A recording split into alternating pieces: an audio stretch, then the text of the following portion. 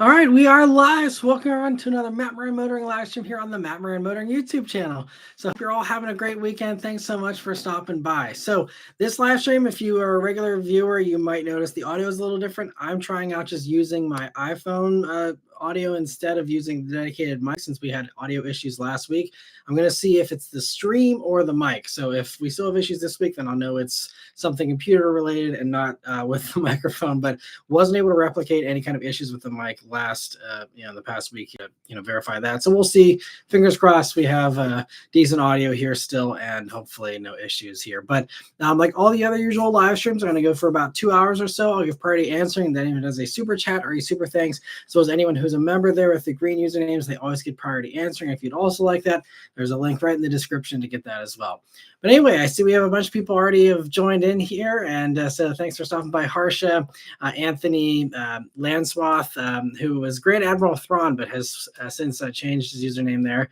OK Bassist, Trenton Car Guy, Brian, Kevin, Vishal, Danny, Theodore, Adam, Kevin, Fook, and Nick. Thanks so much for stopping by, everyone. So let me see here. Getting right into the first question here. Harsha says the sleigh truck. Yeah, this is the topic of the week. The sleigh truck is going to revolutionize vehicles in general, and it will give people the opportunity to see many four-wheeled vehicles they want. If this is successful, the impact will be similar to how Tesla revolutionized EVs for mass adoption. This could also make enthusiasts finally warm up towards EVs. I agree. I'm really excited about it. Obviously, again, you probably saw, the video on the weekly update, me talking about it. So I won't rehash all of that. But I'm very excited for it. It's literally the car that I've been ranting in countless live streams about how, I wish I could do something like that and make a bare bones car company.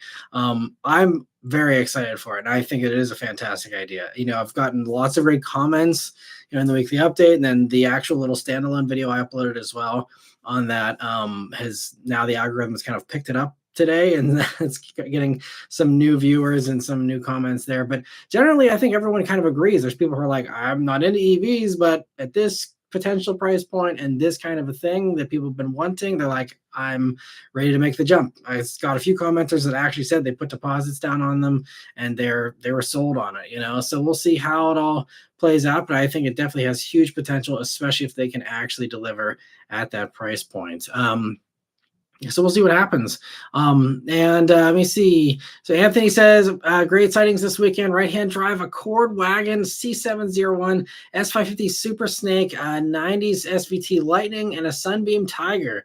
Many others as well, but I can't remember them all. That's impressive. Yeah, my spots this week, I saw Chevy SSR today, which was fun to see. Those was like a older lady just cruising around in it as well. Not the typical person I'd expect to see behind the wheel one of those. So that was a fun spot. And also, there's been twice this week I've seen there's a guy in a new Z06 and he's got it like straight pipe to the max. I mean, it is louder than a regular Z06. It sounds very good, but I mean, it's super loud. And he also has a comically large wing on the back. It's I think modeled after the new ZR1 wing, but it's even bigger, I think, than what Corvette's going to be offering for the ZR1 wing. Just hilariously large. So, everyone has different tastes, but just kind of a funny one to see there. And he actually was driving past a Shelby GT350. Unfortunately, that one I wasn't able to hear because it was just stopped at a red light. But so there's some nice cars out today, and yeah, so that was fun. I'm always curious to hear what everyone else saw. I see Harsha says, I saw two C6 Corvettes cruising around. Very nice. Lance Watts said, good evening, everyone. My car spots for the week are a red C6 Z06, a black AMG C43, and an ND Miata RF and an M2. Actually, I saw an RF as well today. I was cruising around with a Boxster, which was kind of cool to see. So yeah, been seeing a bunch of stuff. I just never remember. And also, thank you so much, Lanswath, for gifting 5 memberships. I really appreciate it, and happy to see Jazz was able to get one. Decepticon, some familiar names there, Caleb and Bradley. I think all those might have been now able to rejoin. So hopefully, some more people will be able to join in here with the priority answering there tonight. So thanks so much for your generosity, Lanswath. And let me see here. Anthony also saw an M2 in that light blue color. I love that color. Yeah, I think it's Zandervoort blue, I think is what it's called. It's such a good color. I agree. And Drunken Car Guy says greetings from Arizona. And this most interesting spot was what I believe was an R32 Skyline. Not positive on it being a GTR since I didn't see the back of it. Nice. Yeah, those are honestly anything like that, right-hand drive is always like a unicorn to me. That's exciting to see. I also says also coolest non-car spot is Doc the B-29 flying by my workplace. That's awesome. Very, very cool. It's always fun seeing old military planes flying over. We get them every once in a while here, and it's always cool, especially in the summer. Michelle says, my interesting spots this week were a Porsche 928, Civic Wagon, and 2 Malibu Maxes. That's funny. I haven't seen a Malibu Max in a while. Whenever my family did a trip to Disney World in like 2006, I think it was, we had a Malibu Max rental car. And it was actually really nice. We actually were really impressed with it at the time. Tons of space. Really a nice vehicle. There are so many quirky things that I think GM didn't get enough credit for in that time period. I think that's one of them, honestly. It probably never sold very well, but I think deserved to do better than it did. And Danny says, hello, great news. I got my license on the 25th. Congrats. That's awesome. He says, pass on the first try. Very impressive. Rare spots, Gen 1 Outback with rally lights, Gen 2 R8, Gen 2 Camry, 86 Fiero GT, pre-facelift Aventador, and an R35 GTR. Very nice. Yeah, all very cool spots there. But awesome that you got your license. And that's impressive. Yeah, do it on the first try. And hope you're enjoying driving around on your own. That was one of the greatest feelings getting my license, and so savor it, enjoy your newfound freedom, and hope you enjoy. It's especially you're getting it at the perfect time of year here, where hopefully the weather's nice where you are, and you're able to enjoy going for nice spring drives and having a fun summer and all that. So that's awesome. Congrats. And let me see. Theodore says, hope you're having a good day. I am. Hope yours is going well too. And let me see. Kevin says he can hear me, so hopefully audio is okay. And Nick says, do you think Nissan is going to come back from this? I'm not sure what this is that you're referring to. I think Nissan's got some good things going for them. They got some new product that's already selling very well, Kicks, Armada, that kind of stuff. Nissan's actually not mad about the tariffs because they are very well positioned. Arguably, I think better than most Japanese car companies, especially, and a lot of others as well. I mean, they make a lot of stuff. I think the only big sellers in the lineup that they don't build in the States are Kicks and Armada. And that's kind of what I was talking about in the weekly update this week. Is I'm hypothesizing, since they canceled their electric Nissan sedan and the Infiniti sedan that were going to be built in the States, I'm guessing that the need to bring Armada production to the States, possibly if again tariffs stick around and all that, that could be part of why. I think they were still struggling with that program in general, and justifying an electric sedan whenever Aria is not selling super well and stuff probably also didn't help. But I think that you're going to see this, like I've said, with many other car companies. They're going to prioritize the hottest sellers to have production in the States if they're not already produced here. But I think Nissan actually, and they've said, and I agree with them, that they are very well positioned actually in regards to tariffs. So I think Nissan, again, I hope tariffs go away, but if they stick around, I think it actually could be a huge boost for Nissan and might even be their saving grace in a crazy twisted way. So we'll see what happens, but I'm cautiously optimistic that Nissan will be okay, just because, again, they're new products that I've driven all of them. Yeah, they're not perfect. I was complaining about the new Murano in a few ways, and there's still some room for improvement, but they're coming out some really solid new stuff already that's in showrooms now, and I think hopefully that will really help give them a little boost here this year. We'll have to see. That's again assuming anyone has any money down the road here. I think it's gonna be a rough summer and fall, once the supply chains start to show their gaps. But anyway, let me see here. So Theodore says, my whole family's over and we're enjoying your show. I appreciate that. That's awesome. Hope you're having a great time with family. And that's always a fun way to spend a Sunday. And let me see. Still a Buster says, hey, Matt, have you had to leave Pennsylvania? What states would you consider moving to? That's an interesting question. I think the main state would be Vermont, because Beth is actually she was born there. We went there back in 20, I think it was 2018, 2019, for a week and hung out there. And I've been there before in the past as well. We just love it up there. It's so chill. Yeah, just a really cool state in my opinion. So Vermont would probably be the first choice if we were going to move states. Outside of that, I don't know. There's a few other states I think it'd be cool to try out, but I think that would probably be the first step would be Vermont if we were going to get out of PA for whatever reason.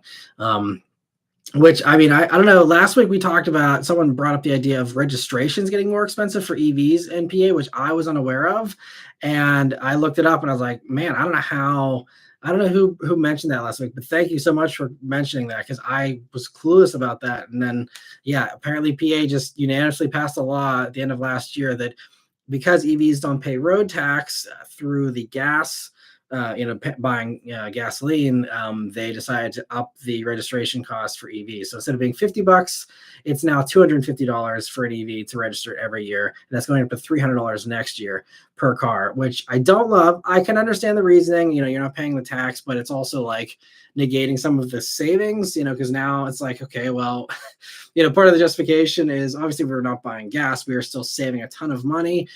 But like for like the Fiat, for example, part of my rationale for like why I didn't get a gasoline powered vehicle is like I don't want to waste $50-$60 a year on an oil change whenever I'm putting 1,000 miles on the oil and things like that. This kind of negates that if now just owning the Fiat cost me $250 a year in registration. I know that's still a drop in the bucket compared to like some of these other states that charge you an income tax every year or I guess property tax is what it's considered on, your vehicles every year, which is, I mean, I would hate living in a state like that. So still, not ideal, but not as bad as other places have it. But that was that was one thing I'm like, man, like what states don't do that kind of BS? And there's a lot of states that don't. So, but not enough of a reason to uproot everything since everything we have is in PA here. All of our family, all of our friends, for the most part. It'd be very hard to leave Pittsburgh. And we love Pittsburgh. It's been a great place. It's basically been my only home aside from college, for my whole life. And we really love it here. But fun question though. Thanks, Buster. And Dylan says, hello, best spot I've seen so far to date was this week. It was a blacked out Bentley Continental GT doing donuts in an empty parking lot the other night. Wow, that's impressive. I feel like it's hard to do donuts in a Bentley because they're all-wheel drive. So he must have been really tearing up that diff, doing all-wheel drive donuts. That's nuts. But must have been fun. Maybe it was wet out or something that gave him some extra wheel spin. That's funny. But very sweet. I love Continental GTs. That's awesome. And Fuchs on R34. I think you might win this week as far as spots in my mind, at least. Seeing an R34 would make my week. So that's awesome, Fuchs. Thanks for sharing. Luke says a few spots this week on my trucking journeys: Mitsubishi Lancer hatchback, V8 Dodge Dakota, Chevy HHR SS panel, that's sweet, and a right-hand drive Skyline. Very nice. That's awesome. Let me see. JJ is asking if I'm going to do a review of a new Model 3 Performance with the Insanity. I have a new one. Well, congrats on it. I'm staying far away from Tesla. It's far too polarizing. Don't need the heat. I'm not reviewing Teslas, for the foreseeable future. And let me see. Lansmoth says, is it a black Z06? No, this one's red. There is actually, I see a black Z06 every week. Actually, I have a weekly appointment in this office complex that I go to every week. It has someone there has a Z06 that they drive. Basically, as soon as it started getting warm, it was like every week. I think they used to have a C7 last year. I think they traded up for the C8 here. So I see that one. That one is black, but no, the other one is red. And it's like that darker, like ruby red kind of color. Kraken says, hey, Matt, great weekend. First car show of the year, and I took home a top 25 trophy, which makes it number 4. That's awesome. Also met up with 7N club member Club PA members at Local Cars and Coffee. That's awesome. Well, I'm glad you had a great weekend there and some more car fun. That's very exciting. And Drew says there's an R34 running around my small town in Western Ohio. That's awesome. Man, I am so jealous. I figured Pittsburgh would have had some more R34s by this point, but I have not seen a single one on the roads. I would it's just the JDM like Fast and Furious fanboy in me, I guess, but I would like break my neck in traffic if I saw an R34 drive by. That's nuts. And Harsha says, is it just me or do most car people want small, nimble cars, but most car companies make bigger and bigger cars and SUVs? Depends on who you ask. It depends on where you live. Because I think a lot of people, especially like in Pittsburgh here, we have a lot of people that appreciate, Miatas, Boxsters, BRZs, 86s, all that stuff, because we have nice windy roads where you can appreciate it. But if you live in, I don't know, Kansas or something, in the middle of nowhere where everything is straight roads for the most part, or even like Florida, honestly, like every time I go to Florida, like it's so hard to find a decent road to drive on because it seems like there's no fun roads that I've found, at least in Florida. So, if you live in a place like that, then I think people, I've had so many commenters that, hate all the small little sports cars and just want everything to have, 500 horsepower or more and, be muscly and all that. So, and I think there's probably more of those people than there are people that appreciate the smaller stuff. Honestly, I think people feel safer in larger vehicles, and with the, increasing popularity of trucks, people want to, even if they don't want to have a truck, they, want to have something bigger sitting up higher, so they don't feel vulnerable on the roads. And it's just, this is why you're seeing the bloat as well, because people seem to want that bloat. Otherwise, we'd have smaller stuff that sells better, but we don't see that. And that's because, again, people just don't seem to go out and buy it, with exceptions. Again, Versa had a very good year last year. Mirage had a very good year. People, whenever they don't have the budget to spring up for the SUV, they will go for the sedan still in good numbers. But, it's still just clearly, I think people want the larger stuff on the whole there. And Kraken says, my spots of the week have been a handful of Elantra Ns, 2 facelift Performance Blues, and a pre-facelift Cyber Gray and Abyss Black. Nice. Yeah, I saw a Performance Blue Elantra N as well. I think it was the refresh, if I remember correctly, driving around here. And always good to see one of those out and about too. B. Mitchell said, driving back from an auction today, the interesting spot was a Ferrari SF12 blasting past around Chicago. SF12, I'm not...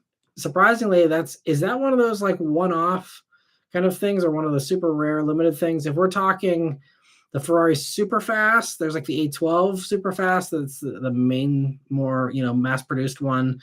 Maybe that's what you're thinking of. I don't know, but any kind of Ferrari with possibly a V12 is always an awesome spot, and I'm sure really nice to hear as well if it drives by with any kind of speed. So that's awesome. And TFI, thanks so much for being a member for 8 months now. He says, Mirage mentioned. Yes, and I'm still wanting to do a Mirage this year, a review of one. So I will really, really try my hardest to get that done here. I'm slammed with press cars right now, but I'm thinking it's going to let up as we get later into the year here, or I'll just stop doing press cars if, again, people quit buying new cars. But I want to do a Mirage. I really think this is the year I finally do a Mirage review. And thanks so much for being a member. And let me see. Luke says, it must be spot an old hatchback or wagon week. I really wish wagons were more popular in the U.S. Car driving dynamics, SUV space. I know. And a lot of the world seems to agree, but just not America. And the boy says, thoughts on the new Lexus ES being much larger. They talked about it being a global flagship for them. They still said the LS will stick around. But I think for either places that don't get the LS, or just as far as, again, more mainstream appeal, I think they just kind of wanted to increase it. And I think that's actually the right move. I think it's just, what in a luxury car do people think is grand? Usually size, the bigger it is, the grander it is. Obviously there's people that don't want that, but anyone who wants something smaller, you have your pick of a variety of SUVs. You have, the UX is super small if you really want to go crazy with, again, small hatchbacks and stuff. But and you still have the IS4 now. maybe you can argue that there's too much of a gap now between IS is pretty small and now you have this huge ES. Um, but I feel like most Lexus sedan buyers probably won't mind. We'll have to see. Sales will, ultimately show which way that's going to go. But it's very interesting though to see them doing this dual prong approach of an EV version and a hybrid. I wasn't expecting that. I didn't think that the BZ platform would work or that they'd have any plans to put it and combine it with their more traditional nameplates. So that's pretty fascinating to me. That kind of opens the Pandora's box now of, are they going to do the same thing with RAV4 here coming out this year? Instead of just having BZ4X, they're just going to let that kind of go by the wayside once that's run its course and add in a electric RAV4. We're going to see electric Camry. I really don't know all the details. I think they said that's GAK platform for the TNGA variant of that platform, which would mean that, yeah, pretty much anything TNGA would be compatible, in some way or another. Potentially if that matches up and pairs up like that. So yeah, I mean, it could be, you could have, because that's what 338 horsepower. The Lexus version is 375. That's also what the Subaru Trail Seeker, that new electric Outback thing, is getting. So I mean, if TNGA is compatible with this electric stuff, that, I mean, we could have, I think we're still going to have GR powered or gas powered GR stuff, but that opens up the door to anything TNGA being electric. You could see electric GR Corolla with 375 horsepower. Potentially, if we're, kind of just fantasizing here, but I mean, all those things potentially would be possible if this is possible. So that was really the big curveball for me. In addition to, again, just being wrong, I thought for sure it was going to be a plug-in hybrid ES. So the electric thing was, a really big shock, especially again with the way things are going and all that. So yeah, interesting. And Chad says, we live about 3 miles south of a military air base. We see the little helicopters all day, but when they're getting ready for a show, they bring in the Apache attack helicopters. That's got to be fun. That's awesome. And V. Mitchell said, but almost got ran off I-90 in Wisconsin by a clueless gray panther in a new rental Chrysler Pacifica. I'm not sure is a gray panther like a brand or something? I don't I don't know what that is, but anyway, so much for blind spot monitoring, just making idiots dumber. Yeah, that's surprising. I feel like, rental Pacifica, a new one, would have blind spot monitoring as standard. So that would be surprising that people would ignore that. Maybe it's someone who's not used to having blind spot monitoring and doesn't know what that flashing light in their mirror is about. I don't know. Yeah, I don't know. It's interesting. And Raphael, thanks so much for a super chat here. He says, as someone looking at one, the new ES is ugly, but new hybrid is fine. Yeah, so I mean, I am happy they stuck with a hybrid thing. And the styling is definitely, I mean, I think the side strake in the door there is an interesting choice. Sorry, I'm like feeling I'm needing to sneeze. But yeah, it's to me, I don't mind the styling, honestly. Especially like I was more offended back in the day by like the Lexus spindle grille that they had and things like that. I don't love, whenever this generation of IS originally came out in its pre-refresh version, didn't really love the styling of that. I think Lexus has had some worse designs personally, but I know that's of course subjective, and I'm sure, it's going to be tough for a lot of people. And maybe that'll drive away some of those traditional Lexus buyers that do like the classier, more conservative these days, I guess, styling of the ES, even though that has that spindle grille that at one point was very controversial. But I think also Lexus is used to styling backlash, and, in the end of the day, their sales are usually fine. So that maybe gives them the confidence just to, still keep on forging ahead with whatever they want to do design wise. And let me see. Thank you so much, Raphael, for the super chat as well. And let me see. So where were we here? Vishal says, my buddy and I drove the Juniper Model Y yesterday. We were blown away. Huge improvement over the old car in build quality, ride comfort, and quietness of the cabin. Nice ambient lighting inside too. Nice. Yeah, it seemed like they made some great improvements to it. On the surface, it was a lot of stuff that people were requesting and stuff that I thought I should have had, like the cooled seats and all that.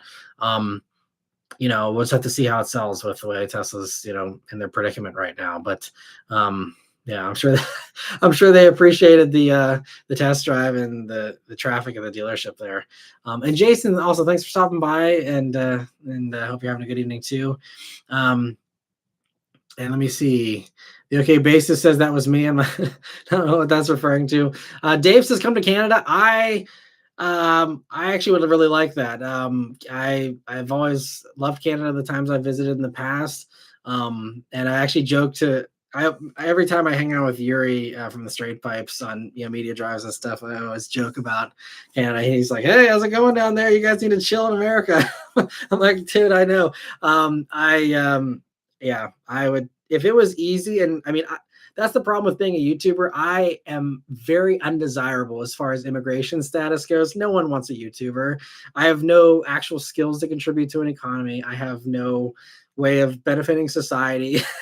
Because they always want skilled labor kind of people, and rightly so. I mean, you don't want riffraff like random YouTubers, trying to come into your country. So, I understand, but it's a shame because, Canada, I literally can get to Toronto in like 4.5 hours from here in Pittsburgh. So it'd be very easy. Actually, as far as like moving, it'd be closer than Vermont. So like if we wanted to like leave, or if we ever wanted to like go back and visit family or friends, if they were still here in Pittsburgh, like, the greater Toronto area would be super easy. Even if we came from the Detroit side and like London or like some of those other, parts a little further out there, and you swung through from Detroit, again, I can get to Detroit in 5 hours. So I cross the bridge there. Would be, pretty easy.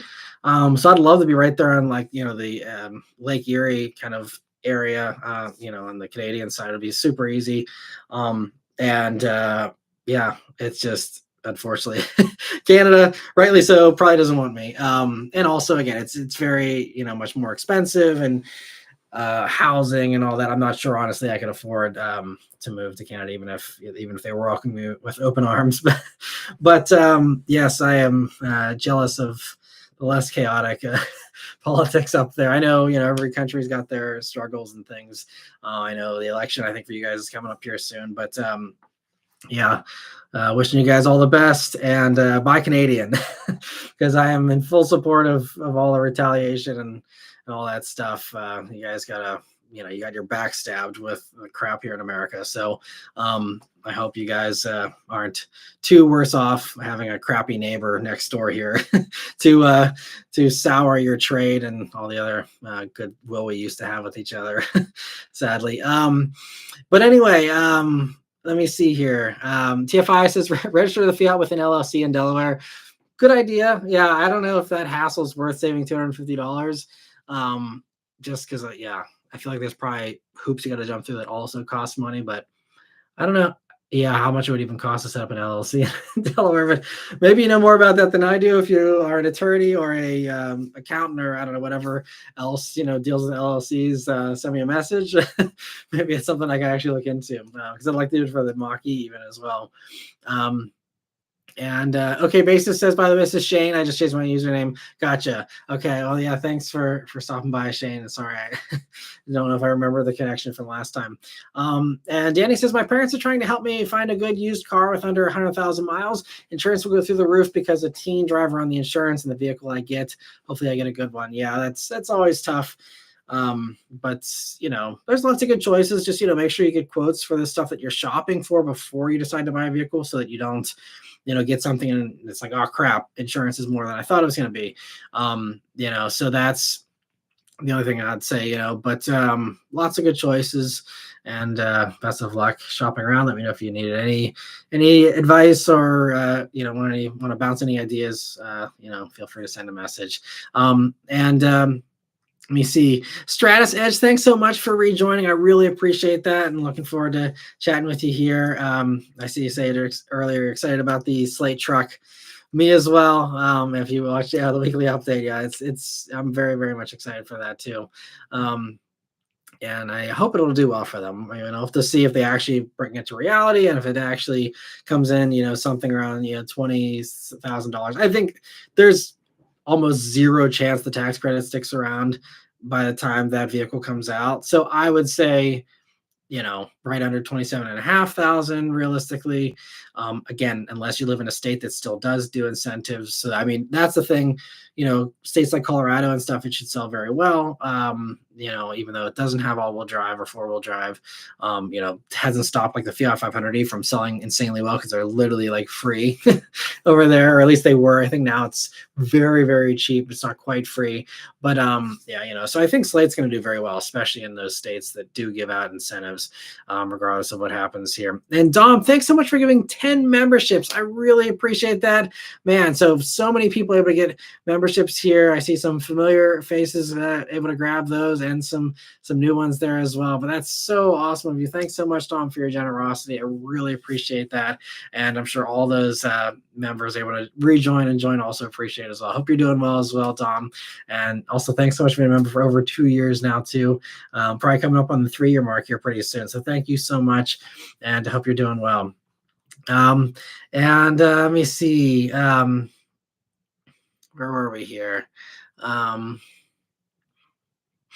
So Harsha says, in Washington, to register my Model Y is $1,000 a year. Man, okay, well, yeah. So thanks for making me feel better about the PA registration fees. Man, $1,000. That's. I feel like that makes it really hard for car ownership for people who don't have a bunch of money, because it's like, why? I don't know. I mean, I guess maybe, yeah, it funds various things and stuff, but it just makes car owning a luxury. And I mean, it's always been a privilege to have a license and to have a vehicle, but like, for the people that don't have $1,000 to spare, I mean, that's the difference between like keeping your car and not keeping it anymore. That's, oh man, that's rough. And I mean, even me trying to save money here, like I wouldn't have gotten the Fiat if I had to pay $1,000 a year just to like keep it, in addition to all the payments and all the other stuff, insurance and all that. Yeah, I would still just we'd be a 1-car household and just sticking with the press cars. That's, man, it's nuts. And Truck and Car Guy says, oil changes hits me on a personal level. Just spent $150 on oil changes for 2 older cars. Yeah, it's not fun. So that's why it's one of the biggest perks is saving on gas, saving on oil changes and all that. And previously saving on, well, not registration, but, just at least that was equal. And so now that's kind of gone out the window there a little bit. But again, can always be worse. Bruce, thanks for stopping by.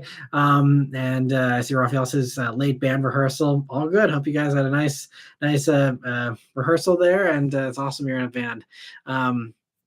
Let me see. Luke says, still absolutely loving my Maverick. Went 2 weeks between fill-ups. Filled up for $33.33, oddly enough. Nice. Yeah, I'm glad you're enjoying the Maverick there and it's treating you well. And it's going to be I think it'll be interesting to see what Ford does with the Maverick as a result of the slate. I wonder if that'll make Ford do like a 2-door Maverick or speed up development of the electric one, or I guess they'll probably wait and see if slate actually becomes a thing and actually becomes successful first. But I just had a Maverick last week, really enjoyed it as well. You'll be seeing my review of the 2025 Maverick here this week, so stay tuned for that.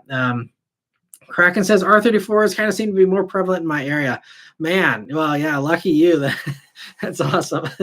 Vishal says the exterior of the new ES is slowly growing on me, but still not sold on the interior yet. The interior was a weird change. I agree. I don't know. I'm very curious. I think the new ES. I'm going to be doing a Toyota event next month at their headquarters, and I'm very curious to see that in person, and also just to talk with the executives there about why they went with that switch. I'm guessing because it's a global thing, and because it seems like especially the Chinese market really just expects that tablet. I don't know if there's some reason behind that, or if everyone's just agreed we should follow Chinese electric cars with the kind of design and the features, since they are, again, wildly popular over there and very, it's impressive. And so maybe that's it, whereas everyone's going to be like, okay, that stuff's selling super well in China, let's copy that. Maybe that's it. I have no clue, but I will hopefully get some answers as far as ES next month that I'll report back if I get any good info on it. And I'm hoping, I don't know anything about what's happening at this Toyota event yet. All I know is I'm going to their headquarters, but I am guessing that, there will be an ES there to check out, but we'll just have to wait and see. And let me see, Dom, thanks for gifting another 10 memberships. Thank you so much for the generosity. This is nuts. So many people. I think you might actually have boosted us to the highest amount of members we've ever had here on the channel, because it's always been kind of staying pretty consistent thanks to the gifting and thanks to those who have continued to stick with their memberships. But all these new memberships tonight, this is definitely, I think we may actually hit an all-time high of people with memberships. So that's exciting.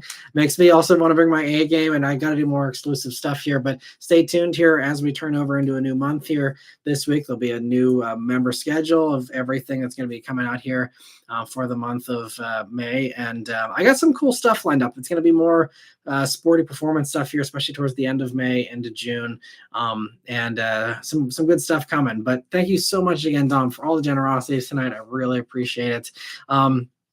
And I see also, you said, glad to see you, Matt. These tariffs, I missed the car thing. I'm back in Colorado. I think I can capitalize. Oh yeah, definitely. Especially if you're open to any kind of electrified thing. I don't know about regular hybrids, but plug-in hybrids and EVs, that is the state to lease them, because man, the incentives are nuts.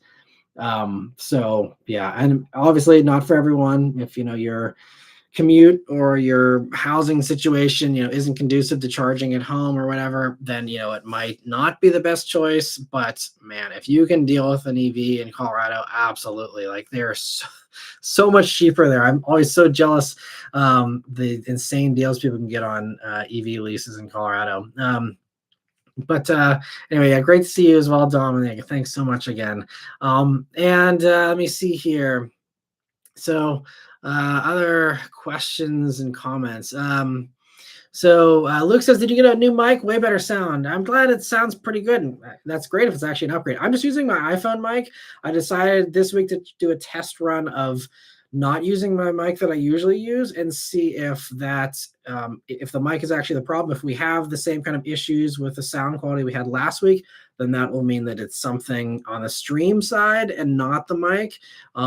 But sounds like, at least fingers crossed so far for now, audio is much better. So that's great. If this is actually a better way to do it, then by all means, I'll just stick with this from now on. And that's great. I'm glad it sounds good. Thanks for the feedback on that. Danny also says, thanks everyone for the support. One of my band friends has an Explorer Sport Track, and his parents' insurance went from about $1,000 to $7,000. Wow. Insurance depends on what car and classification. That's crazy. Yeah, if you want something, I guess the other little bits of advice for insurance, obviously don't get anything that's too fast. Don't get anything that, again, has a bad history of other people crashing them a lot. I know that's why WRX insurance has always been so high. Muscle car insurance is always terrible in many ways. So you want to go for something that either a lot of, older, more conservative drivers have. Also, if you can avoid something EVs are also more expensive. So, I think you guys said you have a Bolt and stuff. So you might like that. And that's, a Bolt should be okay. But, if you want the cheapest insured thing possible, you're going to want the lowest tech possible. Because even though having automatic emergency braking and stuff like that can cut down on, claims, and car companies or insurance companies like that component, they also hate the fact that if anything bumps into that front end, it's thousands of dollars to replace all those sensors. So, there's those kind of components as well that drive up the cost. So like a Sport Track, I'm surprised to hear that actually was that terrible, because, that's a vehicle that, at least for its time, should be fairly safe. Probably not a whole lot of super young people driving those, over the years. And again, very simple, easy to fix and all that. So that's surprising, but yeah, it also depends on where you live and a variety of other things as well. But crazy. And Team Reputation says you should buy a GT350R used. You'd love it. Much crazier than the Bullet. I could have had a GT350 back when I bought the Bullet. The Bullet just to me was more my vibe. I sold the Bullet last year because I couldn't afford it anymore. And I certainly can't afford it now. I have a little Fiat 500e just to get me around. I get my fun from the press cars that I have every week. But GT350 also, I can't my risk tolerance doesn't jive with that engine, that motor. I just saw so many of those things grenading themselves, consuming a quart of oil every 1,000 miles and all this stuff.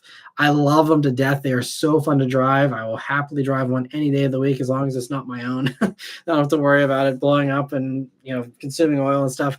I know some GT350s are fine with oil consumption, but I think if I had the means to drop 50 grand on a car again, I think I'd either try and get back my bullet, because I think these last time I talked to the prior owner, or the new owner of it, last year, they said I had first right of refusal. So if I had bullet money to spend, I'd probably just desperately plead to buy my bullet back. And I mean, it's in great hands now, so I'd feel bad even asking, but I don't have the money, and I won't, I don't think, for a long time. But if I were to buy something, I'd probably just want a GR Corolla, as many of you know. That would probably be the next move, because I want it to be something also that um, I think is a little more family friendly these days. And also, I'm still just absolutely infatuated with the GR Corolla. So I think that would, if I had money to buy a new fun car, that would probably be the move.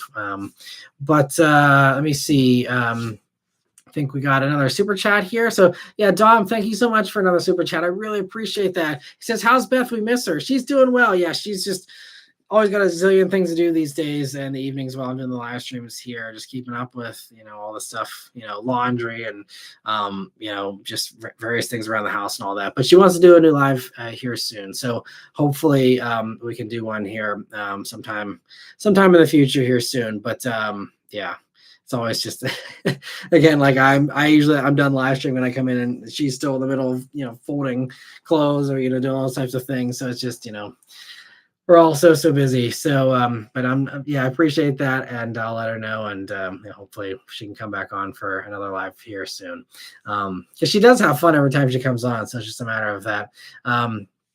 And let me see. Also, I see just quickly, B. Mitchell said audio is all but perfect, slightly echoey, but that's the room you're in. Interesting. There's a decent amount of stuff in this room to soak up vibrations and echoes, I'd hope, but definitely, again, not a pro setup here by any means. So apologies if it's not ideal, but I see Darnell also says it does sound better. So hopefully it's an improvement. So I appreciate the feedback, everyone. And let me see here. Where were we? So Chad says, "I love the idea of Slate. It's basically a modular electric car company. I really hope they do well." I know, me too. I'm so excited for it. And I hope they do more variants down the road too. If the truck SUV combo does well, I'd love to see them, take that platform and make a hatchback, even a removable hardtop, like make a coupe that you can just take the roof off yourself, like Jeep Wrangler style, and then make it a convertible. Same kind of idea with the truck and SUV kind of thing. I think that could be a fun next addition if they do want to expand the lineup. But I think, I mean, I don't know, maybe it won't be popular, but I think they're going to have their hands full just keeping up with demand the first few years. But yeah, I'm very excited for it. And Team Reputation also says, "Have you done a skydive? I have over 1,100 times. It's awesome." That's impressive.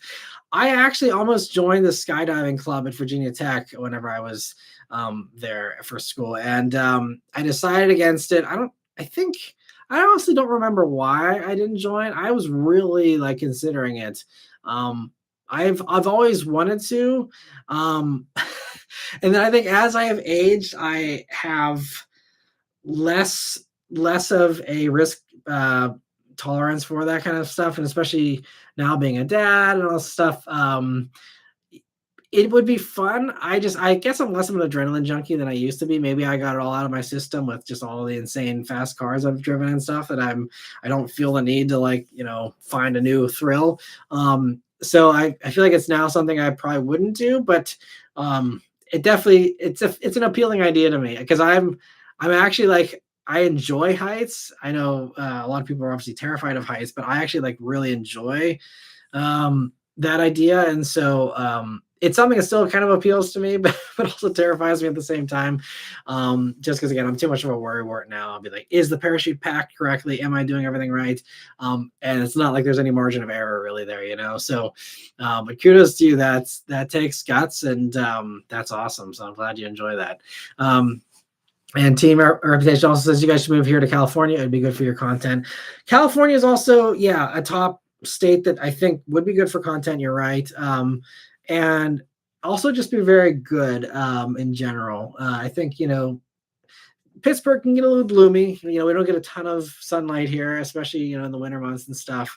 And I always loved, especially San Diego is getting a little crowded, but I've always especially loved San Diego in particular. LA obviously is fun in its own way, but yeah, I mean, San Francisco again has some redeeming qualities, but traffic is really the biggest, you know, thing that's tough. So California is why I love visiting. But I'd have to really do some work to like figure out, you know, exactly where I'd want to land if I were to move there. But you know, that's something that, yeah, you know, is on the table someday in the future as well. You know, depending on again how everything plays out here in the world. Yeah, hopefully PA stays chill and nice and and doesn't go crazy here in the future. We'll see. Bagger Bro disagrees with the California love. I love it. I do love California personally. But I guess it's one of those things. Grass is always greener. But Harsha says Waymo recently in an earnings call, they are exploring the idea of privately owned Waymo cars. Don't see the point though.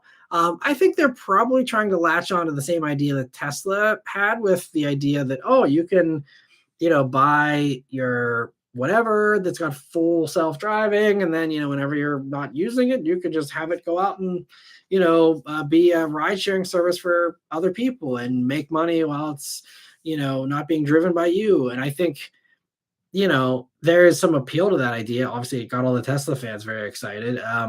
And so, you know, as we're seeing the Tesla's really struggling to actually deliver on that, Waymo's out there just doing it. You know, not the privately owned thing yet, but you know, they are doing the driverless rideshare thing and doing it, I would say these days pretty well. I mean, again, there's still been some hilarious, you know, quirks in the one that one famous video of them all like stuck in a parking lot, like not knowing how to interact with each other or whatever. So, you know, there's still some of that, but it's been, I mean, recently mostly harmless kind of, you know, incidents, I think. And I think Waymo's actually, again, quietly doing all the stuff that everyone else has been bragging about. Oh, we're going to do this, that, and the other, not just Tesla, but others. And Waymo's actually going out there and doing it. So I think it's pretty cool. And so I think, you know, it could be a very appealing thing. I'd be curious to see what cars they end up going with, because man, those Waymo I-Paces, it's wild. I don't know if you guys have seen the mileage those things do. I follow a Facebook page, it's called like Mileage Impossible, and someone like was snapping odometer pics of their autonomous ride, and these Jaguar I-Paces have like over 200,000 miles on them. And I mean, as far as EVs go, the I-Pace has been one of the most problematic as far as just all the glitches, and maybe some of that stuff's been ironed out. I'd love to talk to like Waymo engineers as far as, you know, how reliable is the I-Pace, because they are dirt cheap. You can get a dirt cheap I-Pace. But again, I've just heard so many horror stories in the past, but like the Waymo ones are like hundreds of thousands of miles. And it's really impressive. So I don't know. I'm guessing they wouldn't be selling those because obviously that car's not in production anymore. But I'd be curious to see what they do with that. That'd be cool. I hadn't heard that though, so thanks for letting me know, Harsha. And sorry, I missed a couple other super chats here. So Austin, thank you so much for a super chat. He says Mini S John Cooper Works package not available on two-door in North America for your info. Yeah. The Miniac, who also has a YouTube channel that's just focused on minis, he actually sent me a message about that and let me know. He's like, you have a super rare unicorn of a car. Apparently, he said there is a way to get it, but it's like a glitch that Mini has maybe since closed in the ordering system, where you add on a bunch of JCW accessories and then the configurator automatically just kicks you into a JCW package that it then will put on the car, because obviously the package is possible to do. I'm not sure why they don't do that on the two-door. But yeah, so I guess that, you know, makes that review a little less helpful for American shoppers, unfortunately. I don't know why that car is in the media fleet. But yeah, apparently I got a unicorn. I had no clue. I was driving like an insanely rare Mini. Yeah. So that's really unfortunate though to know that now, because that means if you want a two-door Mini Cooper S, you cannot manually shift it, because the only way to get the paddle shifters is with the JCW wheel. So that's just ridiculous to me. I mean, I don't know if you guys watched my Mini review here this past week, but if you did, I won't repeat myself. But so many bizarre choices. No actual tack in a Mini Cooper S. No manual, obviously. That's already something that's bad enough. But then no tack, no paddle shifters, um, and then all the other questionable stuff. I just like what, like I don't. There's so many of these things where I'm like, who is in these positions? Who's making these decisions? And why did an entire boardroom and various levels of management say, yes, this is great, 2 thumbs up, all right, all right, all right? Like, why is everyone giving everyone high fives in the Mini boardroom over like not having a tack in a Cooper S, not being able to shift your own gears? Like, it's like they don't know their owners at all. Like Mini, I think the last I saw, their take rate was close to 50% manual. So like, the losing the manual thing is common. We see this with GTI as well. So I mean, bad move already, but whatever. It's a trend. It is what it is. But like to then go these further steps to really like just crap the bed, for lack of a better term. Like I don't know. I mean, like I said in the review, it's fun to drive. It's great on a back road. I was having fun. I was laughing, giggling at all the torque steer and everything. It's a fun car to drive, but it's like they don't know what an enthusiast wants. I don't know if they focus grouped, like, I don't know, people that ride the bus every day and said, like, what do you think we should do for this car? And like, oh, you don't need a tack.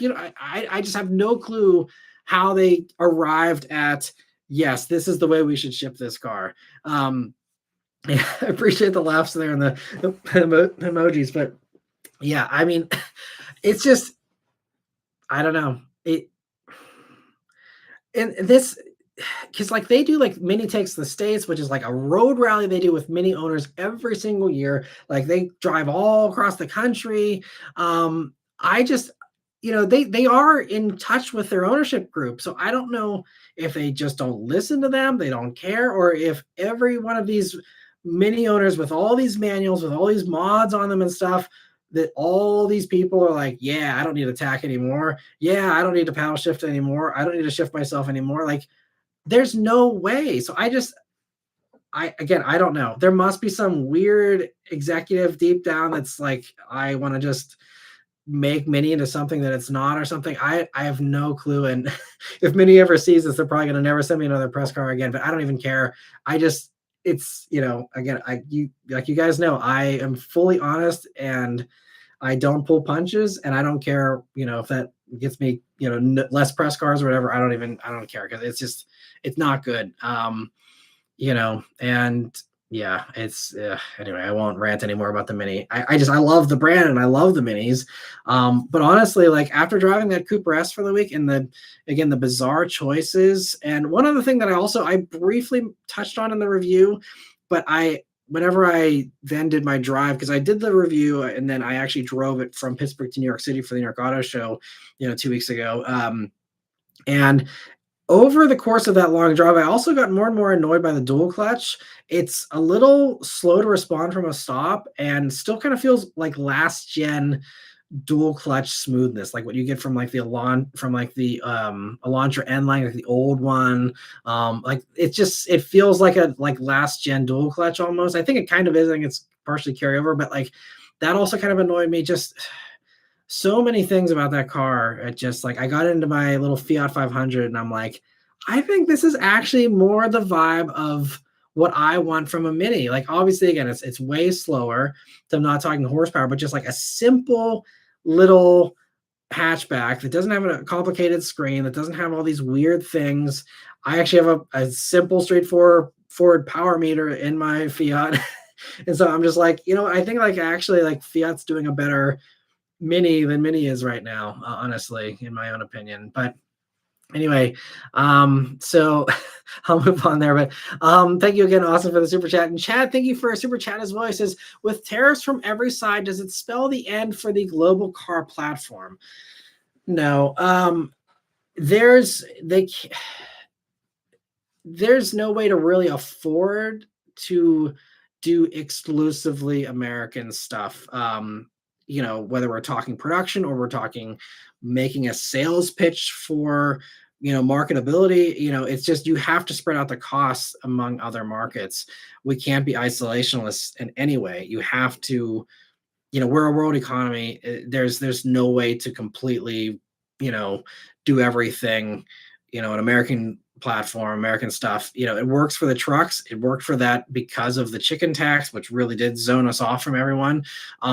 But you can't do that with every type of vehicle. I think it's just, if you did, I mean, I guess you can say, everything is possible, but I think if you did that, then you're going to have way lower volumes, because then you have you can only sell it in the States. So the business case for every car would be way different, and you would see, a consolidation of less choices, less variety, certainly less fun stuff, because you're not going to be able to justify that, because the whole thing with the fun stuff is, you can sell it other places, especially, this is kind of part of the appeal for C8 Corvette, and, for Mustang, went global with the S550 generation.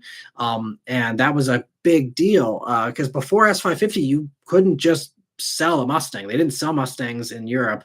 You could import them, and if you had a ton of money, it was a giant pain in the butt, you were able to get them in. But like S550 was the first one you can go into a Ford dealer and buy it new. Excuse me. And like, that was part of the justification for Mustang, and still is, I believe. And so, you take that away, then it's like, okay, now we lost all this volume. How is that going to affect other stuff, and the domino effect of that? And actually, I think you're going to get a little preview of how this would go just with the Chinese stuff, because the Chinese car companies were doing a very good job of, one, putting out amazing products for Chinese buyers and doing exactly what Chinese buyers want and making it at a very good cost and all that. But also that's forcing the foreign brands in China, we're talking the American companies, the European companies, they're all getting killed in car sales right now. I mean, like, they are all, suffering major losses of market share, because you have this exponential growth of, impressive cars. I mean, and look at the EVs, the kind of, weak sauce we're putting out here, comparatively speaking to them. I mean, BYD just, announced a couple of months ago a 1 megawatt fast charging, 1,000 kilowatt fast charger, and cars they said will be out like this year that can do that. Obviously, they're going to take time to build up that fast charging network, but it's government supported. It's, the insane demand over there. It means it's going to happen at light speed. And so, how do you compete with that? How do you compete with 1 megawatt charging? They're living in the 2030s already as far as EVs go over there. And, we're coming out, hey, look, we got something that, charges at a quarter of that speed. Why would anyone buy that in China? So like, you're going to see, and this is why I think like Buick potentially could go on its way out, in the next few years, because Buick is huge in China, and I think it still is faring better than a lot of the other companies. But GM is, struggling, Ford's struggling. All these companies are struggling, and this is why you're starting to see them do more and more of these collaborations. I've been talking about this every week almost in the weekly updates. The Shanghai Auto Show this past week, same deal where, hey, there's these new Volkswagens, but they're collaborations. Hey, there's this new Mazda. It's a collaboration with this other Chinese car company. And all you're seeing is a bunch of now Chinese platforms getting rebadged with Western brands, because they know that they can't put out their own stuff to compete. So the best they can do is slap their own badges on Chinese stuff and hope that some people aren't patriotic in China and don't want to buy a Chinese brand for whatever reason, or they like the other brands. And so they're like, okay, well, I don't have to compromise. I can still have my Buick that I love, but I can, do it with a Chinese platform. So I think you're going to start to see car companies like maybe Buick and others be like, okay, well, now can we justify stuff if we don't have the Chinese market? And you start to see just the first little hint of an effect of, now a business case has changed for this car or this brand. And that means stuff starts to go away, because if China's not subsidizing that, essentially, then, it's going to go away. And, I mean, even Ford has talked about this, as far as like American brands go, how like Mach-E subsidizes regular gas Mustang because at least back when we had emissions regulations, that's probably going to be a thing of the past here for the next 4 years. But when we had emissions regulations, they're like, if Mach-E hadn't sold well, they might not have been able to justify the V8 versions of the Mustang much longer because, again, that dragged down their fleet average. They just get killed with, the regulatory fines. And Mach-E subsidized that. So in the same way, it's like, and I said this when I bought our Mach-E, the Mach-E helps enable the gas Mustang to stay around. And in the same way, those Chinese sales help to keep some of the brands that we enjoy here in the States around. And without that subsidizing, you're going to lose stuff. And so, sure, you can wall yourself off, but then you're going to lose brands. You're going to lose, so you can do American platforms and exclusively sell them to a few million people here, but, you're losing out on tens of millions of other buyers. And, again, that just changes all these equations, for the bean counters. So it's, it'll be interesting, but yeah, I mean, obviously we had, a non-global car platform, obviously for a long time, really, until we got into the 70s, into the 80s and stuff. But before then it was like you had 3 or 4 main brands to pick from. And you had, a very limited amount of cars. Everyone either had the sedan, the wagon version of that sedan, maybe a sporty version of that, in a coupe. So it was sedan, coupe, wagon, and truck.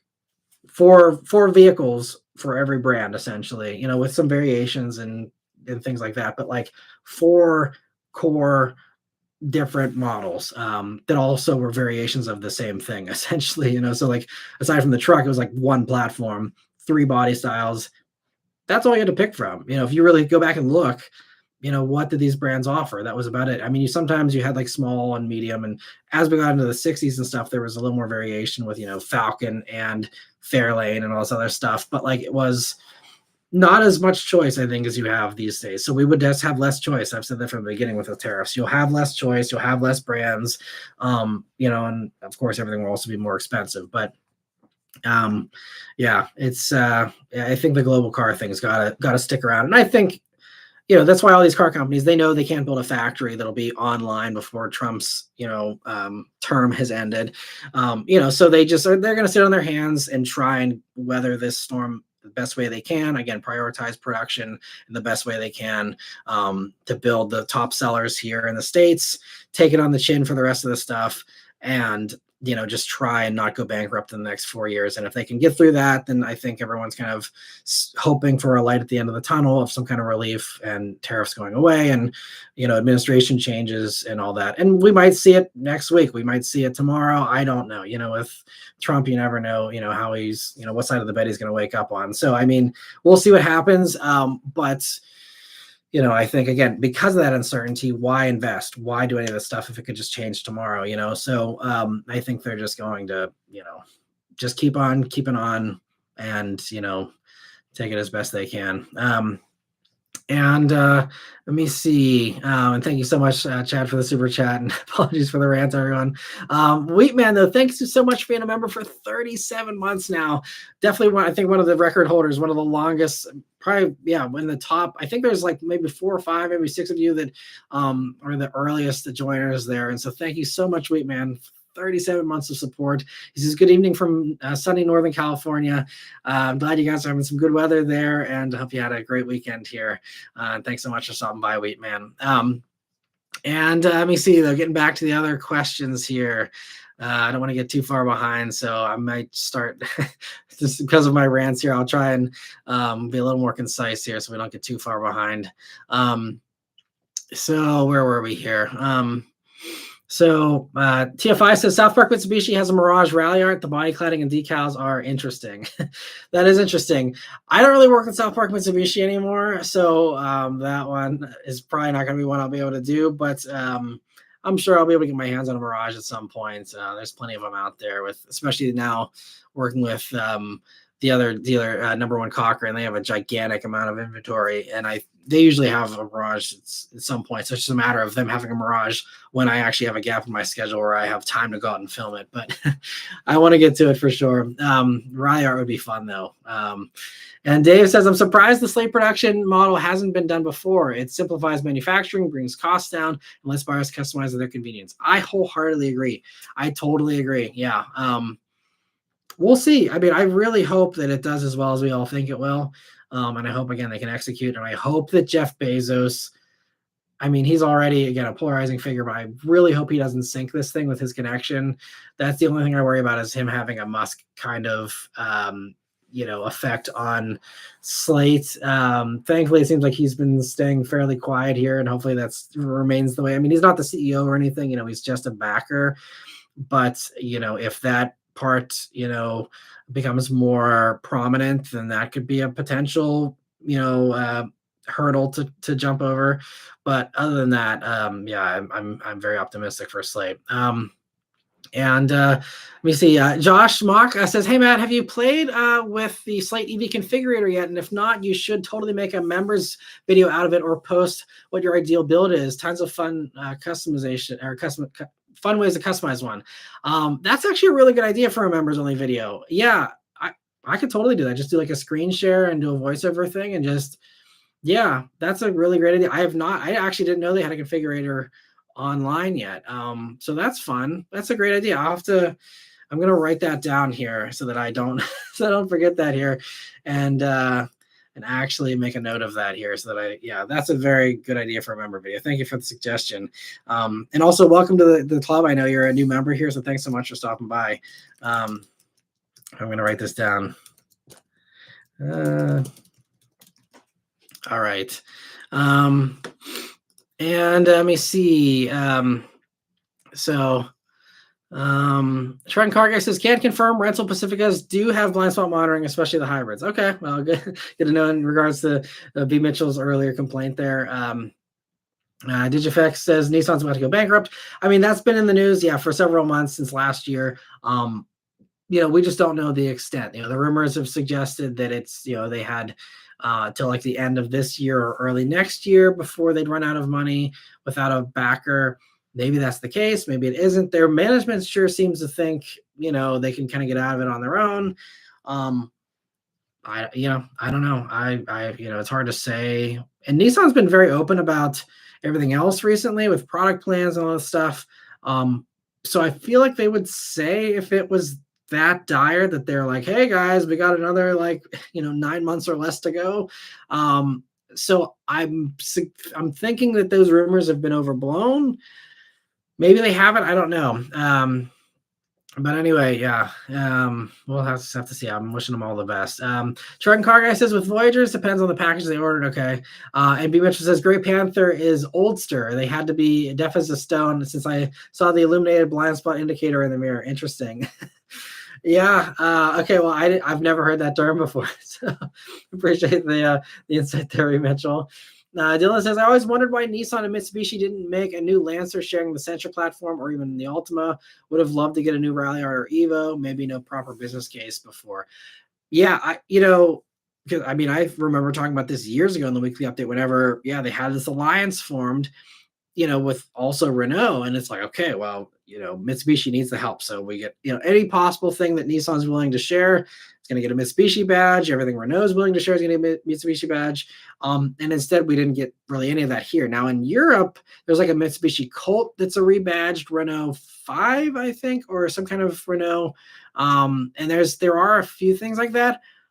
I don't know. Yeah, because they did it with Outlander, and I argue that the Outlander execution was actually really well done. And why they didn't do that for Rear Right. Everything in the lineup blows my mind. I'm assuming there must be some good reason, whether it's Nissan telling them no, or like you said, a business case maybe.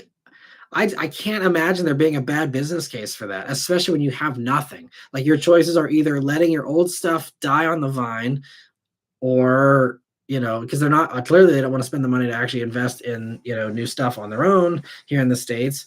And And so I just don't know. There's been a Nissan or a Mitsubishi employee that every time I talk doom and gloom about Mitsubishi, they're like, "I work at Mitsubishi. We're not going anywhere." And so, I mean, I'm guessing there's some strength. Maybe again, they're just getting subsidized from all the foreign Mitsubishi stuff. That even if they're not competitive here in the States, they don't care. I don't know, but I wholeheartedly agree with you. Every single thing in the lineup, and you think like that would have helped maybe keep Ultima around. Yeah, I mean, I think Ultima already sold well enough; they didn't need to justify it. But if you wanted to just justify it even more, yeah, why not do a new Gallant based on the Ultima? And again, like you said, with Lancer on Sentra, easy to do, easy, easy, easy. Like, I don't know. Yeah, it's bizarre. I've never been at a Mitsubishi event, so I have no clue who to even reach out to actually get a good answer to that, because PR people are just going to, give you some kind of surface level kind of PR response. But I'd love to to pick someone's brain at Mitsubishi someday about why all this, again, just common sense stuff hasn't happened yet. But let me see. Chad also says, if Nissan goes bankrupt, what does that mean since they're Japan based? Do they handle bankruptcy the same?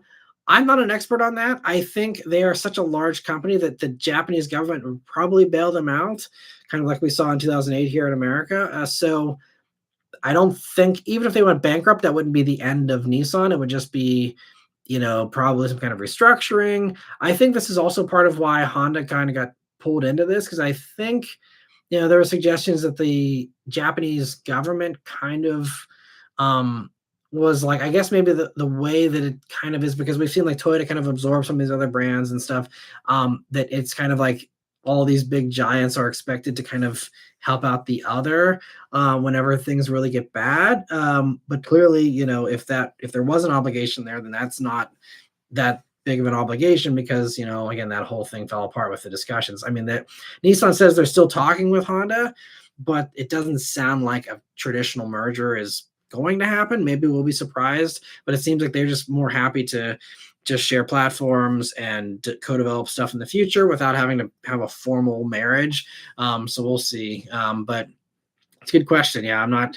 And again, I think they have some time before they go bankrupt, but yeah, we'll see. That's gonna be one of the interesting ones to follow this year, is how that works out for Nissan. And again, maybe they think that if the tariffs are a huge boost for them, again, because of all their American production here, that maybe that could either, one, save them on its own, or two, make Nissan very much more appealing to a buyer. Because if, it's not just Nissan, and it's not just Nissan's lineup and Nissan's talent with engineers and all this other stuff, but it's also Nissan's factories. And if we are in a real bad situation with the tariffs and they stick around and all this other stuff, then with all the factories Nissan has, that if you say, hey, you can also build your thing here, we have some spare, room in the facility or something, or we will, lower our production to, make room for yours or whatever. The amount of value, that would be insanely lucrative right now. The amount of companies I'm sure that are probably going to buy a bunch of factories. Whenever I was talking about the slate during the weekly update, it made me think about the factory. It's called Lordstown, Ohio here. It's about an hour away from me. It's where they built the Chevy Cruze for all these years. And that was supposed to build, what's the name? There's some, like one of these other Lordstown Motors, I think, was actually going to be the name of one of the truck companies. And there was another, I think Foxconn owns the facility now, but nothing's happening there. Like it's just sitting idle. And and it was like, no one really wanted the factory. They're like, what are we going to do with it?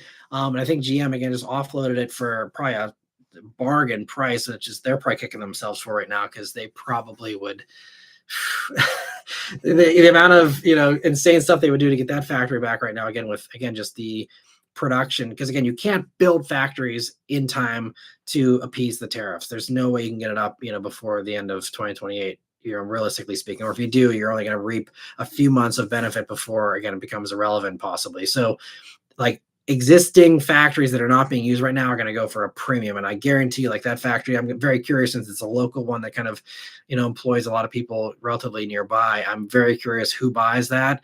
And it sounds like Slate might be going for another factory that's in Indiana somewhere, but someone's going to buy that factory in Ohio. And, build something there. Because again, if you have the factory, then all you got to do is move your stuff in, and moving in and retooling a factory only takes 6 to 9 months. So I'm sure, again, that's another thing you're going to see if people are truly convinced these tariffs are going to stick around. In addition to prioritizing, production, is again, any square inch of production facility that's not actively being used is going to be bought up, at a premium. And if I was a real estate developer or anything like that, go for trying to buy any factory you can, or any kind of warehouse that could be a factory. Anything like that is going to be the the way to go. So yeah, it's again, just so fascinating, all these new ripple effects and things that keep on popping up that people haven't ever had to think about or worry about.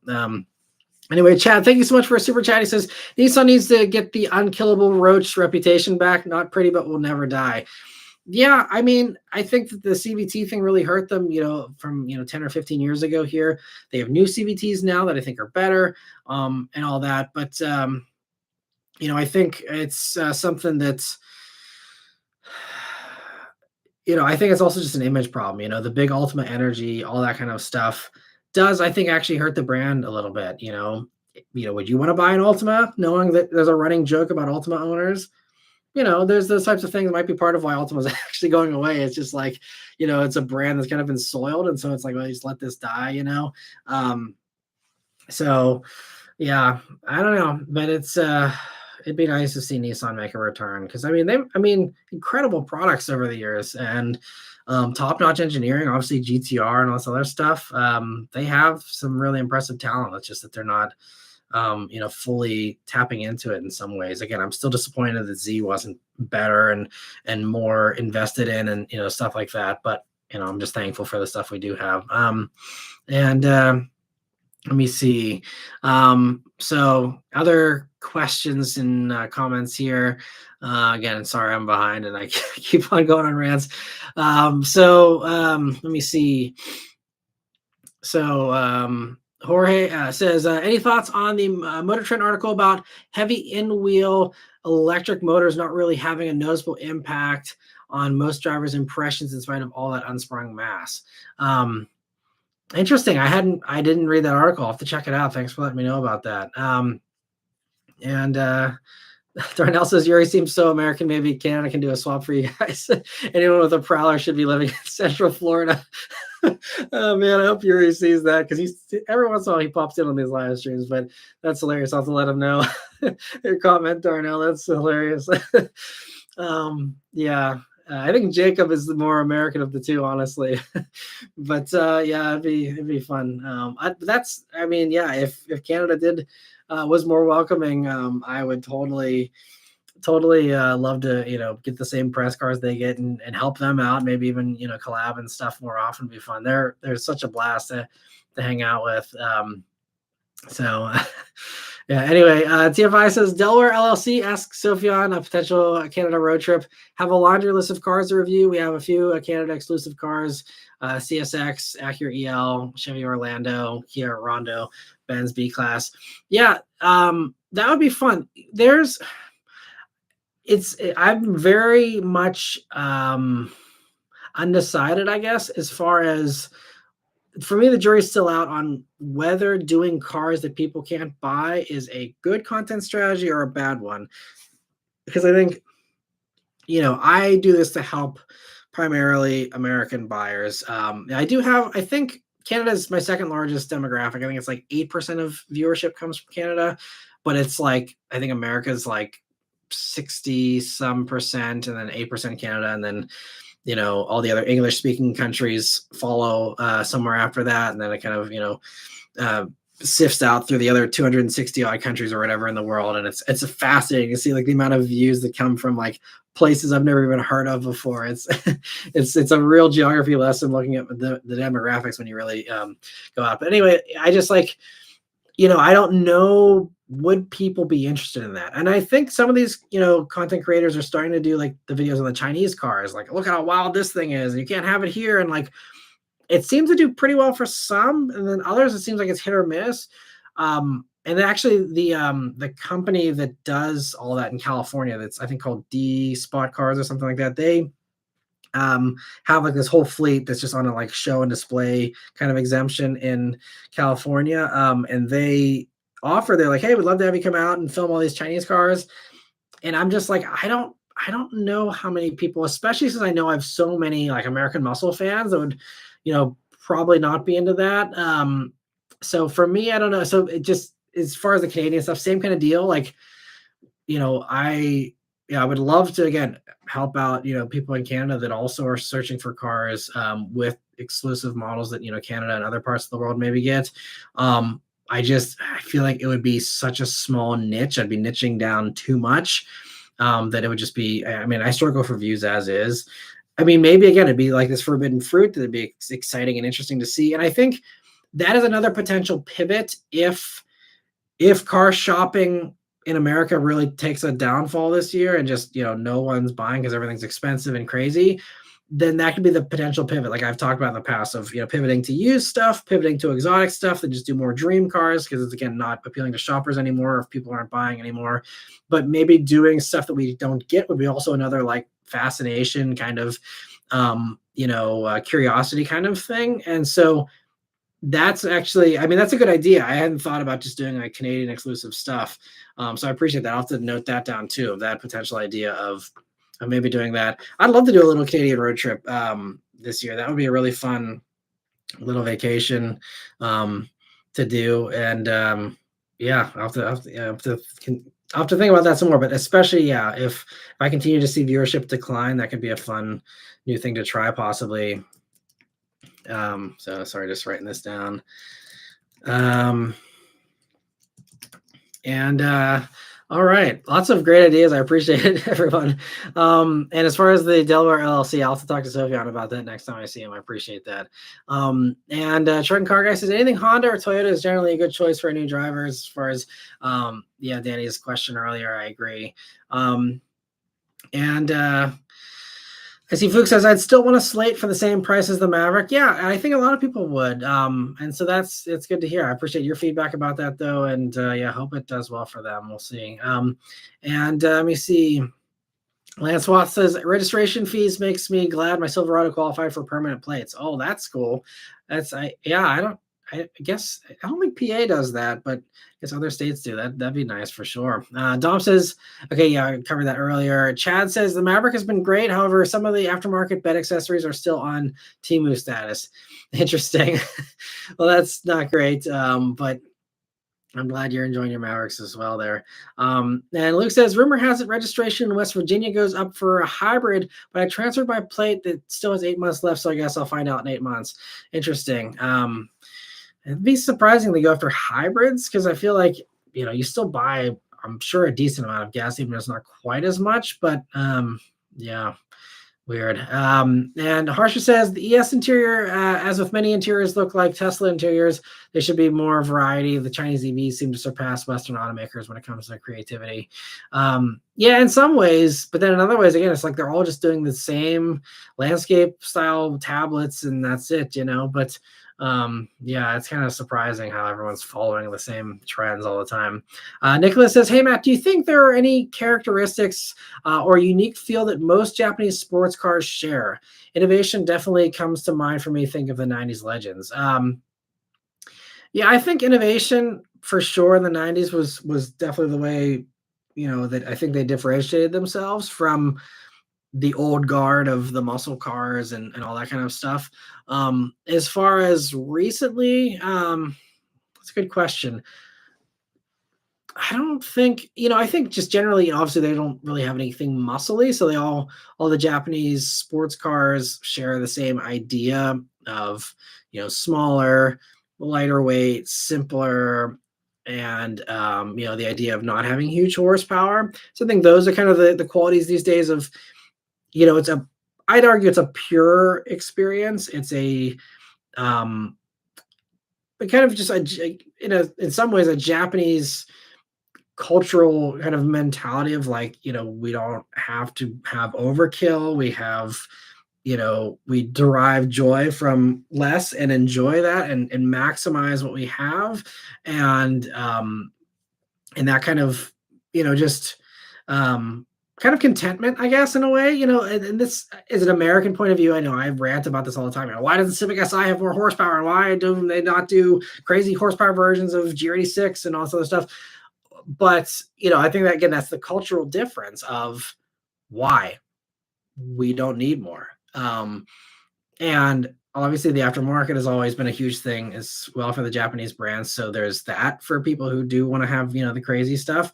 But I think it's something that's from a reviewer standpoint, it's tough because I got to say, well, look, this is good on paper because it doesn't have as much horsepower as a GTI or whatever, a launcher and all these other things. But whenever you just drive it, like Civic Si is still just so good to drive. And yes, if you are trying to street race, it's not going to be great stock. But if you are just enjoying your drive, it's still just immensely enjoyable. And I think that's kind of, I think, the overarching theme for me with every Japanese sporty car these days is it's not going to win any drag races. None of them will, but they are so good to drive. Every driver input's very good in all of them. The shifters are great in all of them. Everything is honed, and it's just very, very well done. And I think that's what I've always appreciated. I mean, Japanese vehicles are really like my first love. It's really kind of, deep down, it's the most fanboy kind of, I guess, as far as all the various, genres of cars, like that's still the one that really has my heart. And I think that's why, again, like GR Corolla gets me so excited, and GR86 and the BRZ and, all those things, that's still really my first love. And in many ways, I think I still, especially as I've aged as well. I mean, again, I love the Bullet and I still would happily buy that back if I could, but like, I'm like, you know what? I'm okay. Like, I mean, obviously I have the Fiat with 100 and I don't even, what is it, 115 horsepower or something. It's got like 160 pound-feet of torque, but still, like, it's slow. But I'm like, I'm enjoying the slow car, driving a slow car fast kind of thing again. And I'm enjoying just like, I don't need to like go crazy. And like, I mean, I do still miss the Bullet. Trust me. I was actually this week, I really, really, I had like multiple instances of just like memories of the Bullet, being like, man, like I really miss the manual. I miss that engine. I miss just the hand. I really do miss it. So I'm not trying to, talk down on anything that's high horsepower in any way, but I really do love the Japanese stuff. So I think that's kind of the real, defining characteristics to me. Dom says, I'm changing my plan. I'll hit you up on Facebook. Yeah, so we were chatting back and forth. Me and Dom, he's also in the process of looking for a car. So yeah, definitely send me any follow-up messages. Dom, always happy to help. And best of luck with the search there. Let me see. So Vishal says, I heard Civics Accords tend to have higher insurance rates due to wheel theft on them, and also high theft in general for those. So maybe they are a little pricier. The sport trim wheels get stolen off them a lot. Saw a clip of Civic sport wheels getting stolen in broad daylight. Crazy. Yeah, I think there is definitely a kind of a theft problem. They're just very popular, so they're just the target for that reason as well. Obviously the Korean stuff had their issues with theft in the past year or two here with the TikTok trends and all that stuff. So I think that's been fixed, so maybe those will be better insurance wise now. But yeah, insurance is just, car insurance is a nightmare, and it's going to get even worse here again with the tariffs and stuff. But yeah, car insurance, I feel like there needs to be some kind of like overhaul with insurance, because it's just getting like crazy. And it's like these prices and stuff are just getting worse and worse too. But anyway, Caleb says, spotted new Challenger EV a couple of times the past 2 weeks. Nice. Yeah, I little by little. I mean, I didn't see one this past week, but the past 2 weeks prior, I had seen one. Yeah, they're starting to pop up little by little, the Charger EV, because of really good deals right now as well. That's another one. Speaking of insurance rates, it sounds like there's some Charger EVs that are getting like under $200 a month, which is wild for a car that expensive for the lease deals on them. But even that, like, part of me is like kicking myself, like maybe I could have actually swung one of those instead of the Fiat.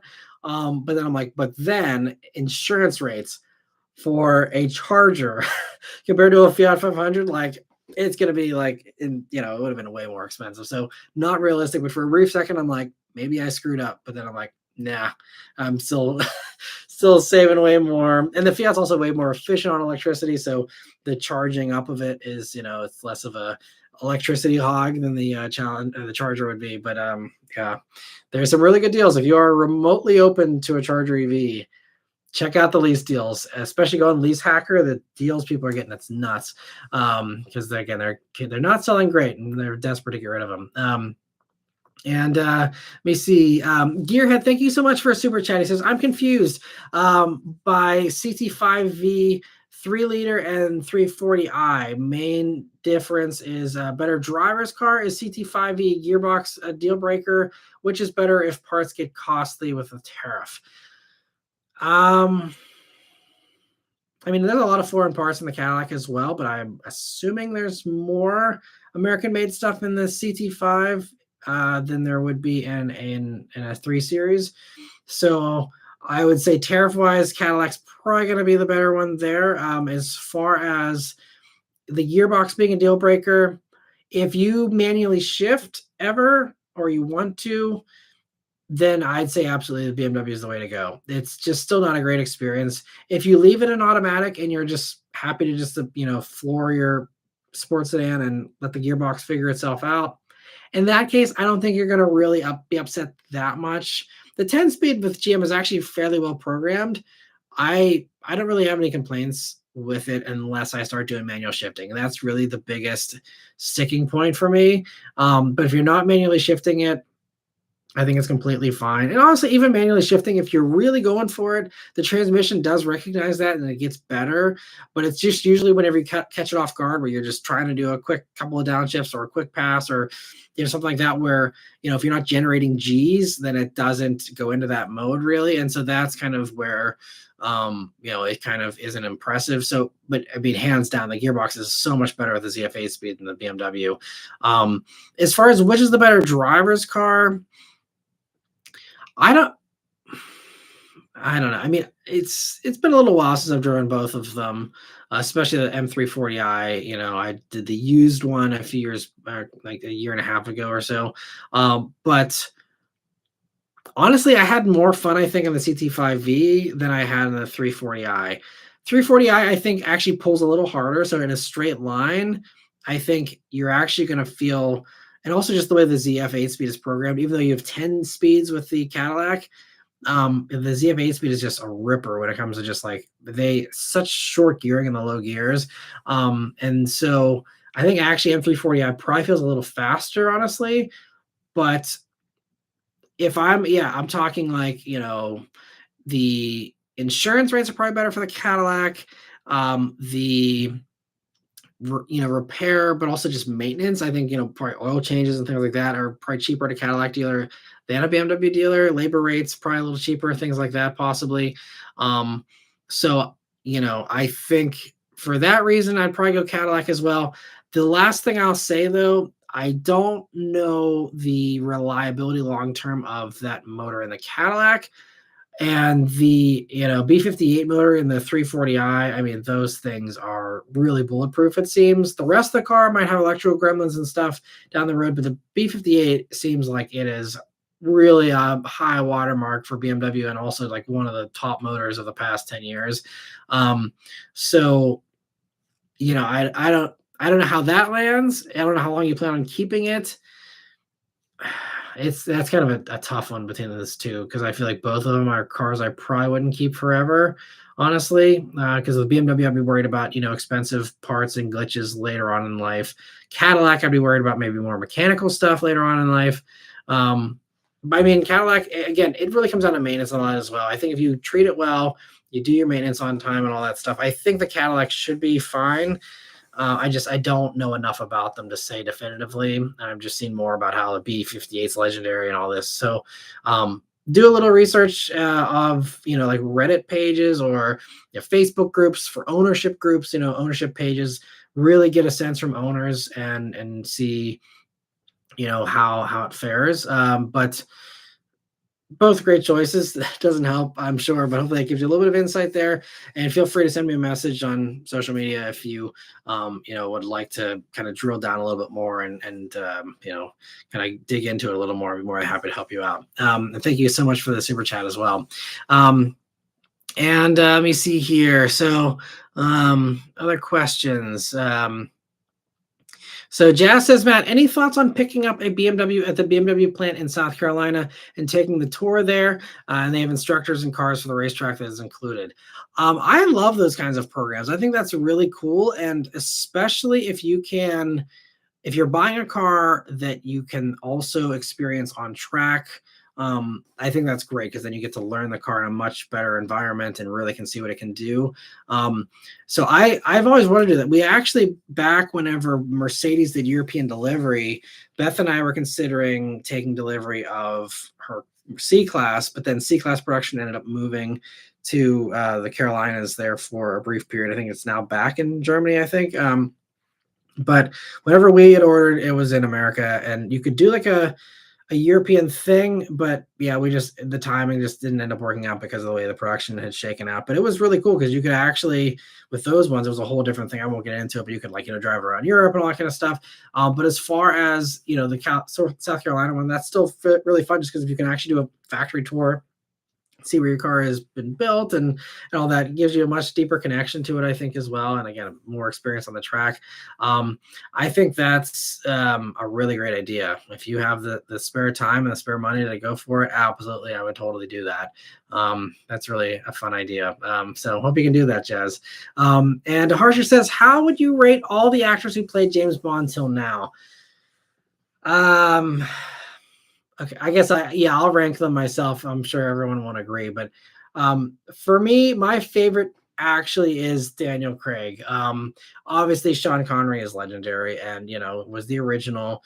But just as far as how much I've enjoyed their portrayal, I think it's just because I grew up with Daniel Craig. I mean, technically speaking, I was growing up with the Pierce Brosnan ones, but the ones that I actually was watching in theaters and stuff was the Daniel Craig ones. So for my most formative years in theaters seeing them, I think the Daniel Craig ones really are the ones that left the biggest mark. So for me, it'd be Daniel Craig.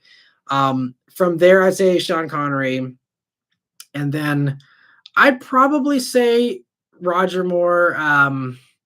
I don't know. I think Pierce Brosnan actually is really good too. So, because some of the Roger Moore ones just a little too cheesy, and I don't know. There's still some really good ones for sure, but I think Roger Moore was like the softest one of the bunch, and I think an edgier Bond is, again, from the Craig influence, I think is what I appreciate the most. So I think I'd probably say, sorry, I'll be trying to be quick with this. Craig, Connery. Then I'd probably say Brosnan, and then I'd probably have to just say Roger Moore, just because, again, he's still so legendary and there were so many good movies. And then Timothy Dalton and George Lazenby. I actually really loved. Why am I blanking on the George Lazenby one? But anyway, I actually loved that movie. I don't know, why they canned him after the first one. I know there probably were reasons. I just don't remember what they were. But I think Timothy Dalton's the worst one for me. Because also again, that was like right before my time. I've never really sat down and watched them all in order. I've just kind of casually seen them, throughout the years. But I need to go back and watch the Timothy Dalton ones. Because actually, I was talking to my dad about this not too long ago, that he has gone back and watched some of them, and I think he's enjoying them more now than he did back in the day whenever he was Connery or nothing, or Roger Moore or nothing, because he was obviously enjoying those ones growing up. But I think Craig still is my favorite. I'm very nervous. In other Jeff Bezos related stuff, he forced out the producers that have been doing the Bond movies forever. And I'm really nervous about the direction they take Bond and that franchise. And I really hope it doesn't turn into a Star Wars Marvel kind of thing where they just really water it down and squeeze it for every penny it's worth. That's just like my worst nightmare since I think Bond is actually my favorite franchise. So that's a little concerning. I hope Bezos doesn't screw it up, but we'll see. Because apparently he had told the executives, I don't care how much it costs, get rid of them. Barbara Broccoli and Michael G. Wilson, the executive producers since forever. So that's concerning to hear. So I love that he did Slate, but I really don't like Bezos for potentially ruining Bond. We'll see. But anyway, Jazz says, does Slate know about your channel? Have you reached out to them or vice versa? I don't think yeah, they're aware of me because some people got embargoed stuff ahead of time for Slate. I did not, so I'm not on their radar. I mean, again, with my viewership these days not being very high, I don't blame them, but yeah, did not get any info ahead of time. So hopefully, they see my stuff, and hopefully, I can, go on the press drive, or, do a hands-on kind of thing with it in the future or something. But as of now, I don't think they're aware. Maybe if the video, I actually, strangely, again, the Slate dedicated video I did, which was just an excerpt of the weekly update, that's been like kind of getting a bunch of views here, relatively speaking. It's just that the algorithm's slowly starting to pick it up. We'll see if it keeps going or if it withers and dies. But that maybe if that gets more popular, maybe that'll catch their attention or something. We'll have to see. But I'm excited for it.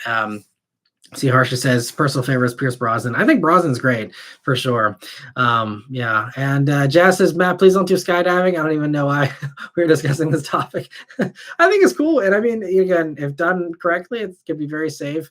But let me see. And I see French Fry says, hey, current VT student checking in here in Blacksburg right now. That's awesome. Well, hokey hi to you. And yeah, thanks so much for watching. And I got to get back to Virginia Tech. It's been far too long. I think 2014, I think was actually the last time I was down there.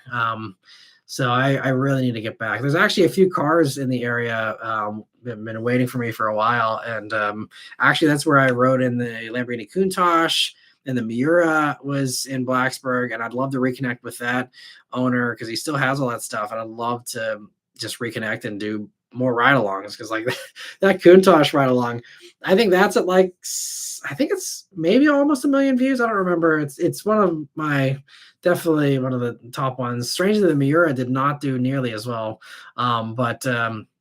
Yeah, I love Blacksburg. I definitely need to get back. Especially, I'd love to show my daughter, where I went to school and all that. So hopefully someday. And let me see. Dom says, stay busy, brother. We will help you get some sound deafening. You made the slate before the slate go, Matt. I appreciate that. Yeah. Well, I mean, I'm really curious, how they, made the market decision, and as far as the business case for the slate, deciding to go forward with that and getting people to sign on. But it's it's certainly vindicating to hear that a bunch of other big time investors thought that was a good idea as well. It makes me think that maybe I'm not some crazy person over here just ranting into the abyss here. That actually maybe I do have some good ideas from time to time. So that was kind of funny to see, like, holy crap, someone did what I've been suggesting for a long time. I'm sure it had nothing to do with me, but just kind of a funny coincidence there. And Dom says, I grew up on the 33rd floor in New York City. I still love adrenaline, air assault, army, fast cars. That's awesome. That one's been really fun to be. It kind of reminds me of like Only Murders in the Building. I don't know if you guys watch that show. I love that show, but it just always seemed like it'd be kind of fun to just have an apartment in New York and living that life. I loved, I was just there for only like 24 hours for the New York Auto Show, but I always enjoy my times in New York. And let me see. Sharding Car Guy says, seeing those things running around the city all day, every day, honestly, not surprised. As far as probably from some earlier discussion, I apologize. We're so far behind here. And let me see. John says, Matt, you've had amazing content for as long as YouTube has been around. We truly cherish what you do. I appreciate that, John. Thanks so much for the kind words. And yeah, it's been a long time here. And yeah, it's been a fun ride. We will see how long it keeps on going for. This month has not been a good month as far as views and earnings. The ad rates are just plummeting because, again, tariffs, companies pulling back, and car companies realizing they're going to have limited inventory pretty soon. So why advertise as much?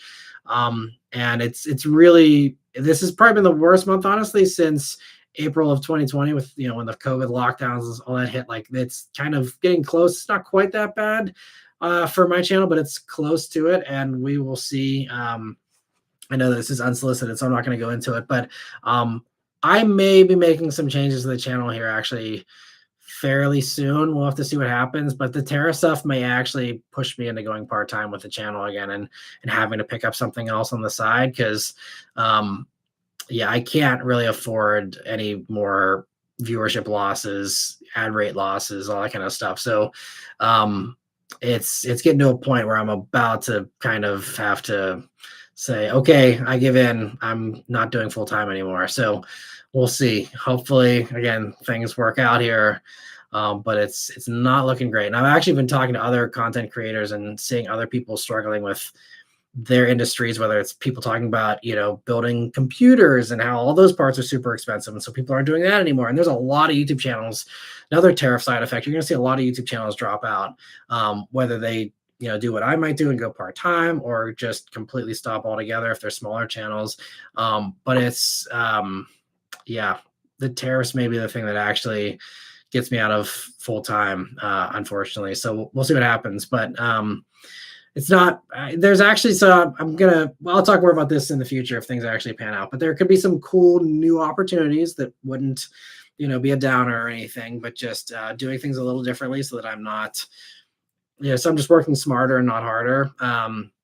So we'll see how it plays out. I got a few phone calls this week that'll kind of decide some stuff for me, and then we'll see. And then if things change, I'll be sure to make videos and let you guys know and have Q&As afterwards to chat about it more. But yeah, this month was really a kick in the nuts that I wasn't expecting to get, unfortunately. But let me see. Moving on. Where were we? So let me see. That guy Mitch says, I placed a reservation for the slate. Hopefully it's as good as it seems and stays true to the price and concept. I really agree. And I hope that it also stays on time.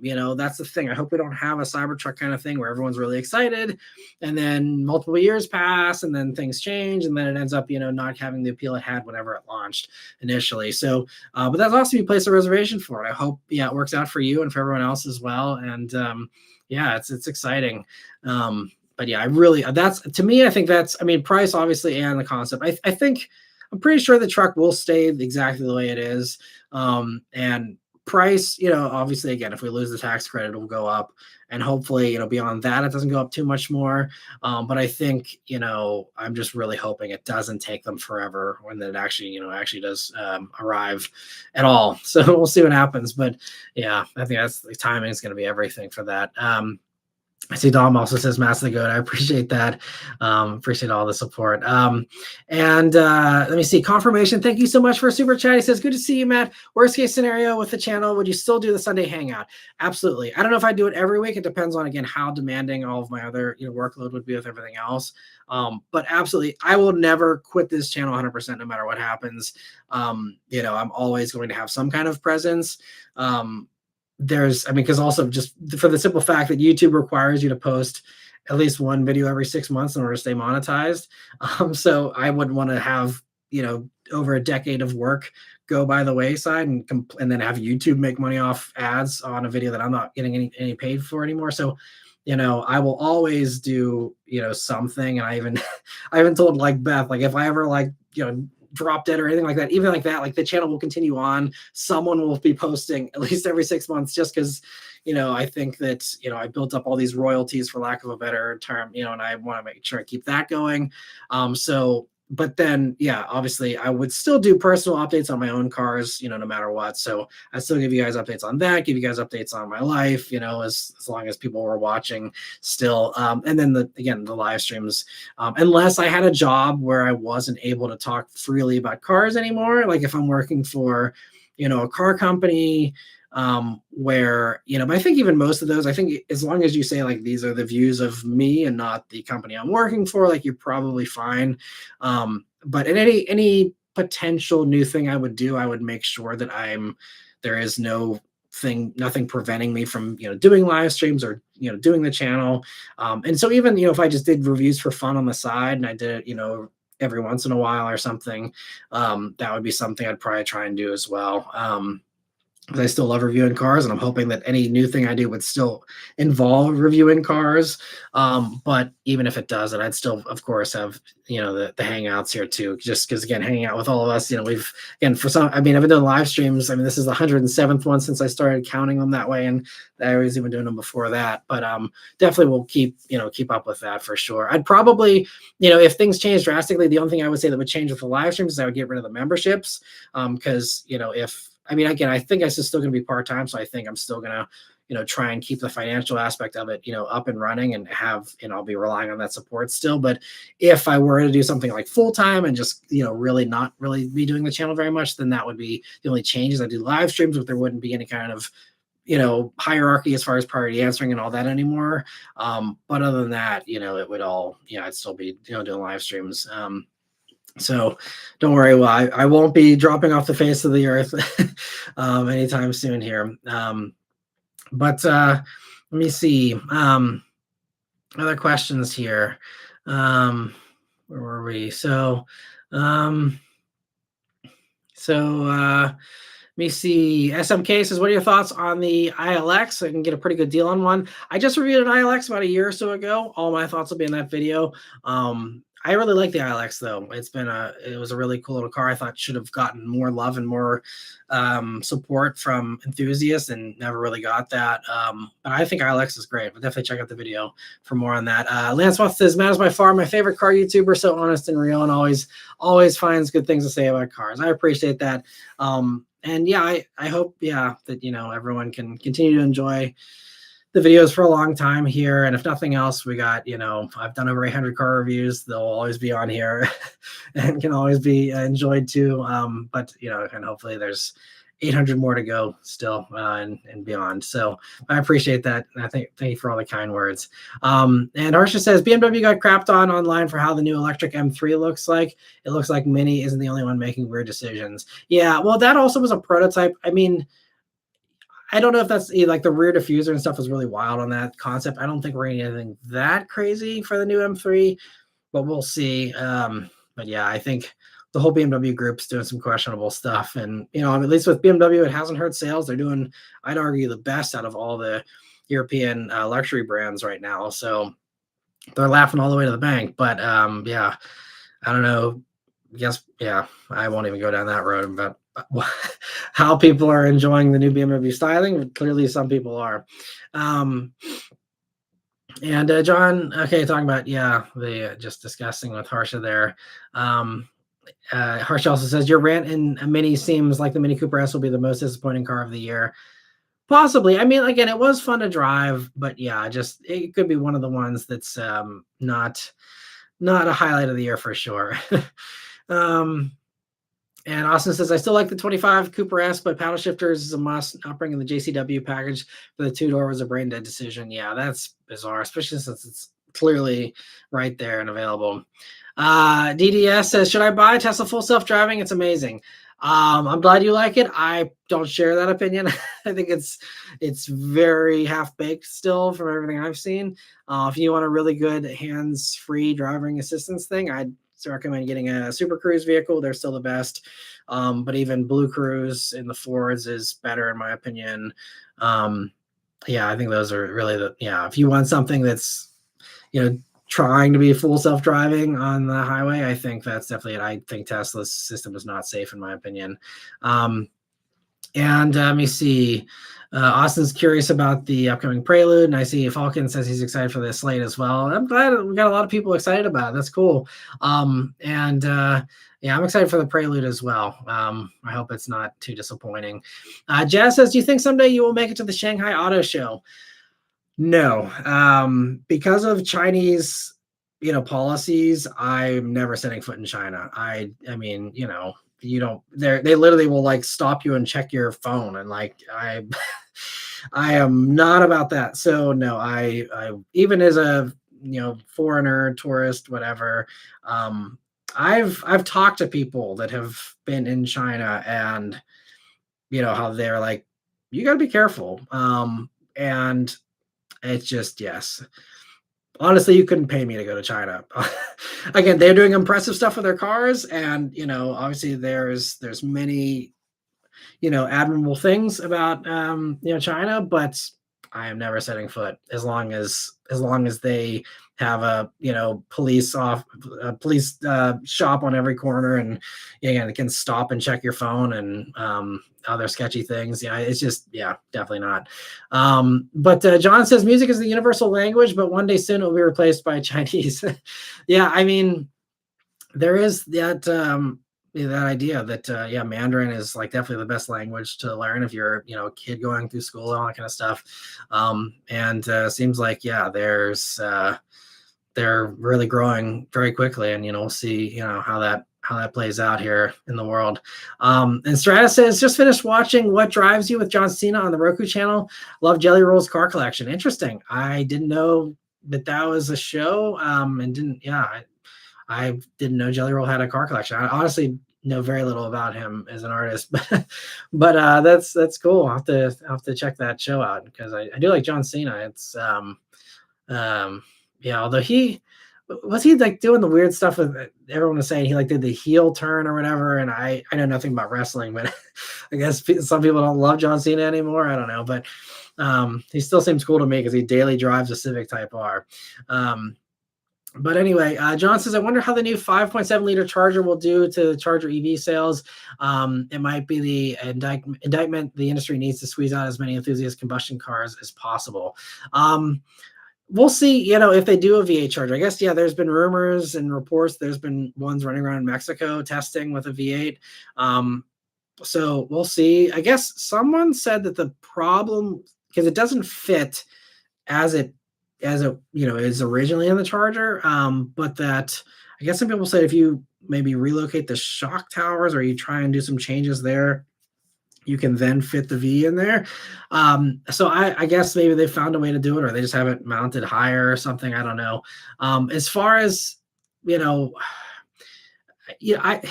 don't know. I think Dodge is smart in some ways for, capitalizing on the times, and, they definitely, again, Stellantis needs the money. So if they can squeeze, 4 years of gas guzzlers out, as best they can and capitalize on that, it's just a very short-term, short-sighted kind of plan. And this has kind of been the thing that a lot of companies have talked about recently. Rivian's CEOs talked about this, but other CEOs are starting to talk about this as well, of like, they're really in this tough point right now of like, sure, like the easy thing to do is make as many gas guzzlers as you can and, maximize short-term profit.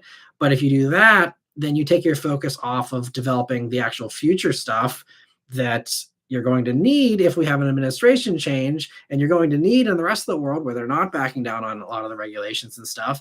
Again, talking about the global cars we were talking about earlier, like you can't be this isolationist that just says, oh, well, let's just worry about the 2020s emissions regulations or lack thereof and be completely blind to everything else in the world. And so this is kind of this tough thing is like, yeah, you got this great opportunity of like, you can print money right now with all the gas guzzlers, but then, you have to also make sure you're investing in the future. And it's just, it's tough to try and make those decisions, and everyone's going to play it differently. Again, Dodge is going to capitalize on the next 4 years, and then we'll see what happens for them. I mean, thankfully they have the EV platform, but will it be as developed as everyone else who's been developing it heavily in the past, for all the rest of the 2020s, versus Dodge that might treat the electric stuff like a redheaded stepchild and kind of have it off in the corner and not innovate and not develop that. And then 2030 comes around and you have emissions regulations again, and you have all this other stuff. And then they're like, crap. Well, okay, let's go back to our 2025 EV tech.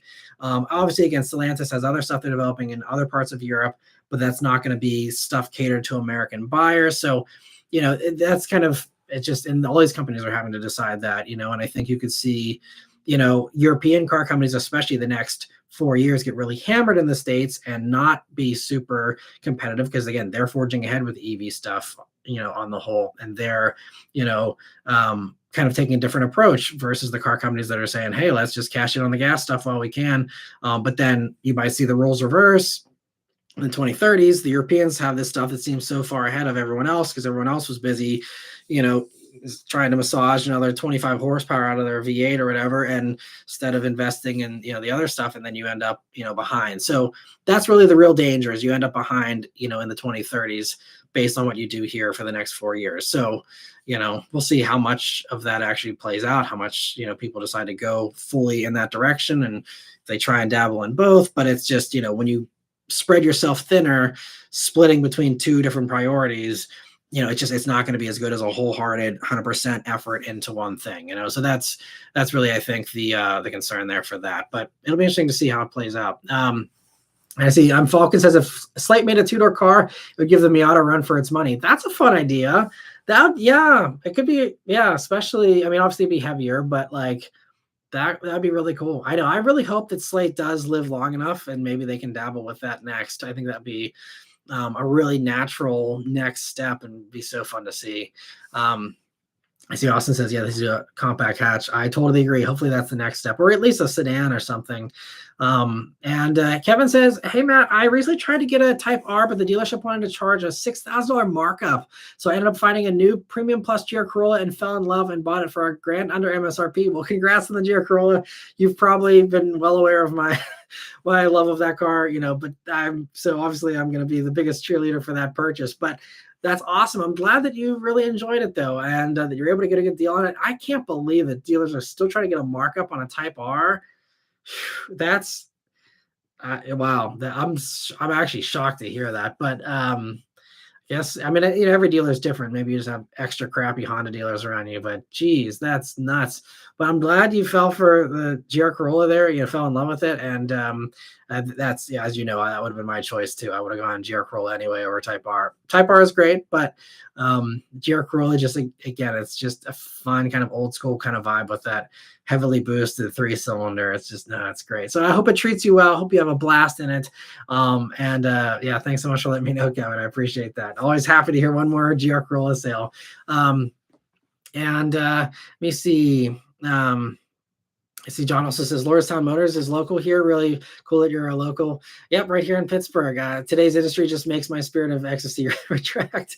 It's a crazy time for sure. And I see we're right at the 2-hour mark. So I'm going to try and get caught up on member questions here, and then we will move on for our new week here. But Harsha says, was the old Nissan CEO who got arrested a large part of why Nissan is failing fast?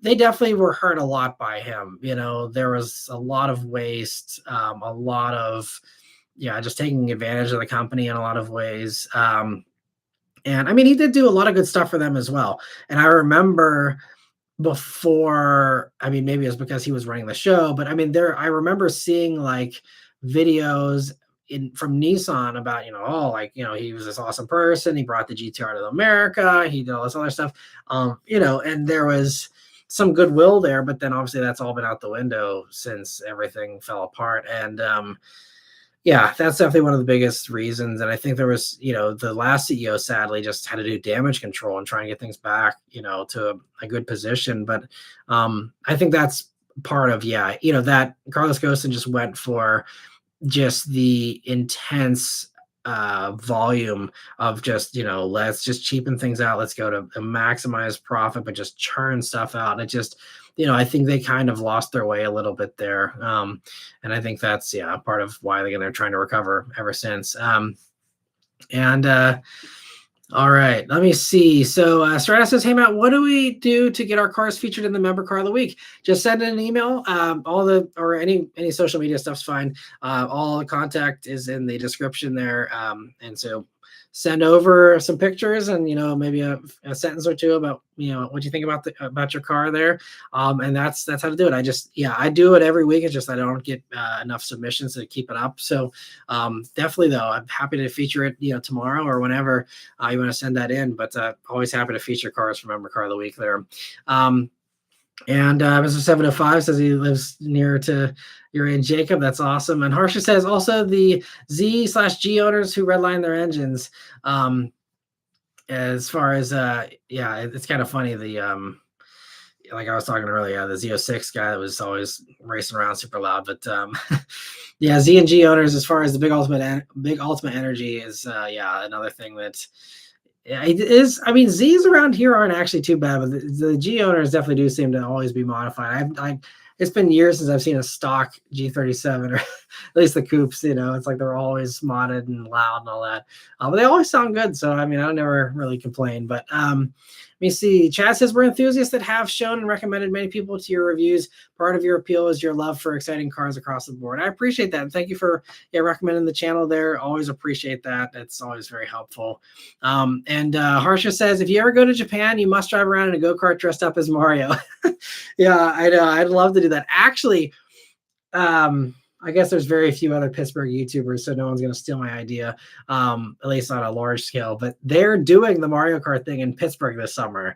And I think I've actually thought about maybe doing that as like a fun little like video. But it's because of how viral I think all that stuff was in Japan. But they're doing it in Pittsburgh here this summer, and I'm probably gonna, I feel like I should try and do it because here, I think in Japan they do it on public roads. Here they're gonna, because I wouldn't do it on a public road. That's way too dangerous personally for me. But they have actually blocked off, I guess, streets or something they're planning, so it's gonna be a closed course. But I'm thinking about doing that. I think it's expensive though. I can't remember how much it was, but that could be a fun thing because obviously I could write it off as a business expense potentially.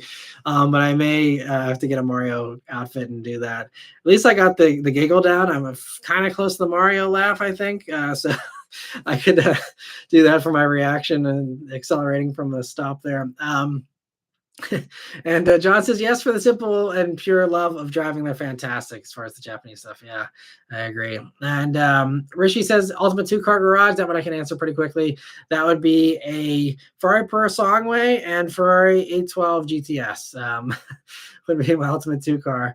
And Dave says, did you see Savage Geese video on K-swap kits for the Beerzine 86? They love them. I saw they posted that. I didn't know that was a thing. So that's really cool. I'd be very curious to hear how they handle. I'm sure they cover it in the video, so I want to watch it. But because that was the thing that Toyota and Super say, oh, you gotta have a boxer engine, you gotta have a low center of gravity, and if you swap the motor, it ruins everything. So I'm curious if it actually handles like crap or not. I'm guessing it doesn't, but I'm very curious to watch that video eventually.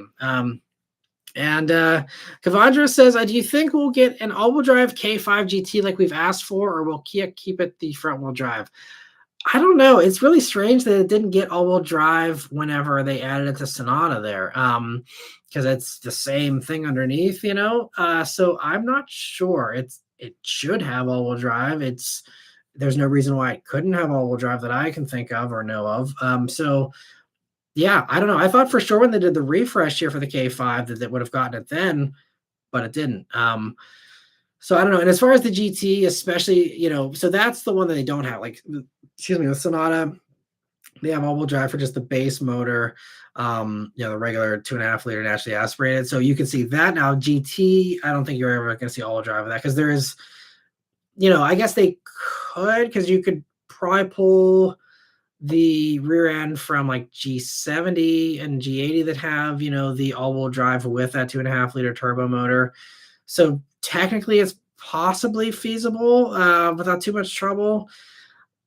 I don't know if they think there's enough of a market for that. I think they probably assume anyone that wants an all-wheel drive 2.5 liter turbo Korean car is just going to buy a G70 or G80. I know it's completely different. G70 is smaller than K5, G80 is bigger and, less, heavier and all that as well. So not a perfect solution, but I think that's probably the answer. If you are looking for something like that, that would be my answer, is to probably go for that.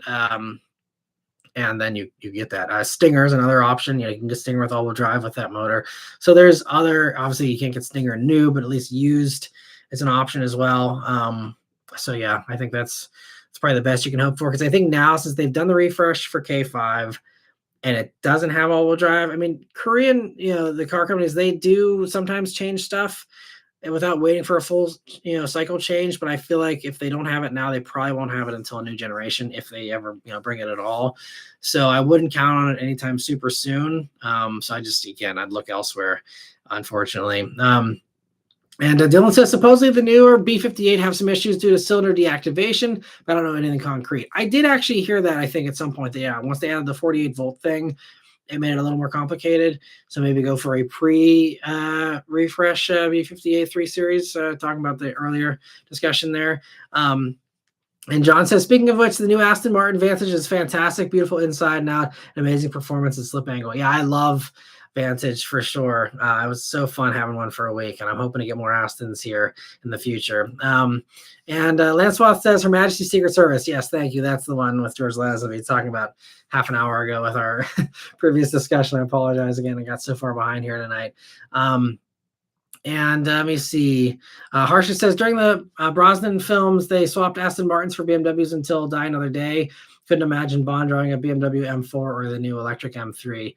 Right. Yeah. I mean, I guess it'd be kind of like Mission Impossible, right? Because they use the M's. But yeah, it's so good to see Bond with the Aston Martin. It just feels right. Bradley says, I went to Radford University. Didn't know you went to Tech. Love Blacksburg, especially D2 Dining Hall. Yeah, lots of good memories in D2 there. That's awesome. Went to Radford. I went out there to I think the drag strip was pretty close to there, right? Or maybe I'm thinking of Washington Jefferson. I don't remember, but Radford's, I think, fairly close, right? Again, I haven't been there in now 11 years, so I'm a little foggy on all that. But yeah, I'm glad you're from the area. It's so many good driving roads. Man, I miss some of the roads over there. Mount Tabor, like that road. I had a lot of weekends having fun in my Legacy GT Spec B, tearing up Mount Tabor Road. And obviously, Spike Money says, going to get my bumper repainted on my 11th gen SI. Something hit on the freeway and bumper has tons of rock chips, 20,000 miles in. Should I get PPF done? The guy at the body shop told me it's not worth it. PPF for your bumper, I guess you kind of have to just figure out how much does it cost to do PPF? How much would it cost to just do a repaint of the bumper? You know, if you're doing a quality paint, I mean, I guess it comes down to your driving and where you drive and all that. But,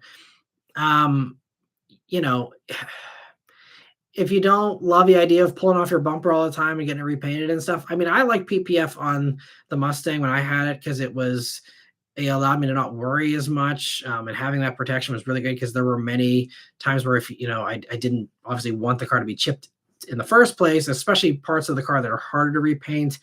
I was glad to have the PPF on. Front bumpers, are a little bit easier to repaint. So if it's not a car, I mean, it's 11th gen SI.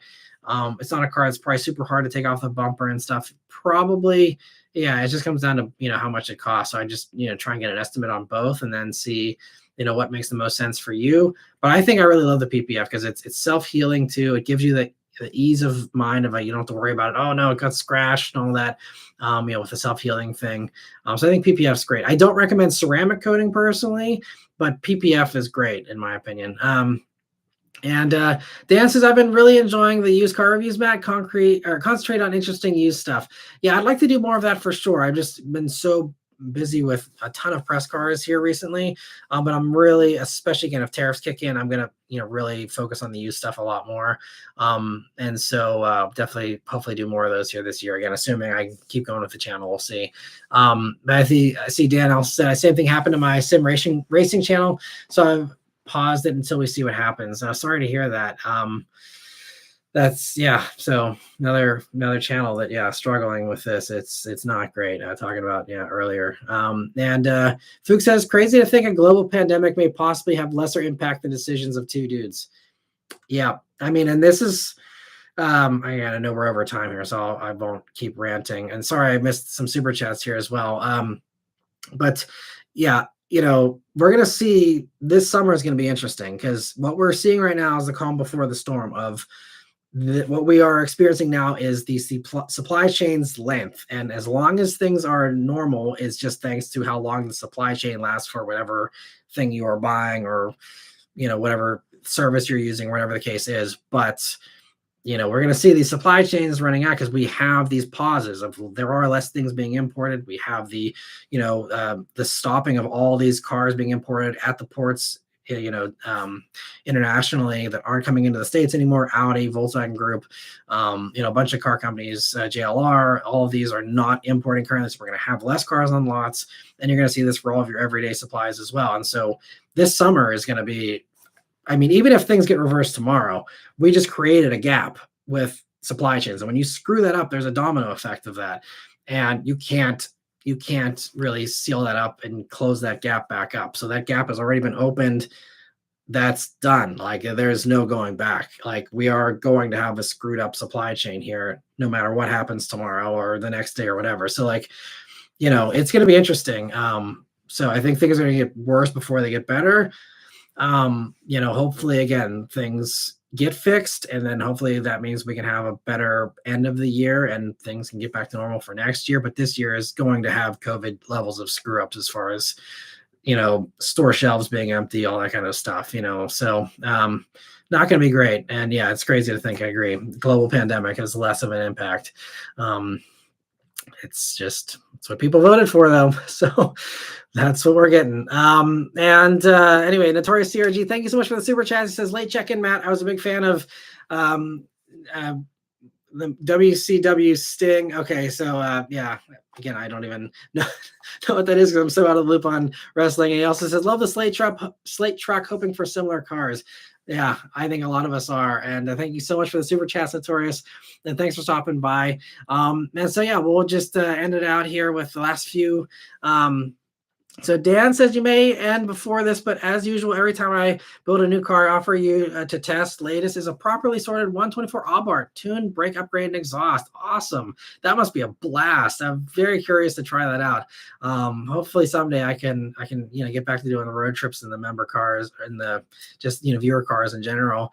He says, I remember your disappointment with the stock version. Mine's a manual. Think the one you tested was auto. Right. Yeah, I did do an automatic. I think the Abarth I had was a manual though that I reviewed. I can't remember now. But yeah, that sounds like a fun car. That's really, really cool. I've started to see a couple actually 124s out and about, but I feel like that's a car that they've depreciated to a nice level. And I think like people that want to modify, especially people that want to do turbo Miatas and stuff, would be all over those. Maybe they are, and I'm just out of the loop. But I'm glad you're enjoying yours. I see Notorious says Forza Ferrari. Yeah, I do love my Ferraris. And Carlos says, have you heard anything about your Bullet? Not recently, no. I haven't gotten any updates really this year on it, but I'm hoping new owners still enjoying it. And yeah, I think hopefully it's still enjoying its life out there in Utah. Yeah, I see also, Dan says, they are bargains, the 124s at the moment, which is, great. So, I mean, hopefully that means it's another fun car for enthusiasts here. And all right. Well, we've caught up here. Again, apologies if the responses were a little delayed tonight with all the, just me falling behind here with the rants and all that. But thank you all so much again for joining in here on the live. I really appreciate it. And I'll be back next week for another live, and stay tuned for some more good reviews here this week. But anyway, thank you all so much for watching. Have a great week, and I'll see you guys on the next one. And if you remember, be on the lookout for, again, the new member schedule here coming out this week, and hopefully a member car of the week there as well. So anyway, but thank you all so much, and take care. I gotta find my end button here. There it is. See you guys.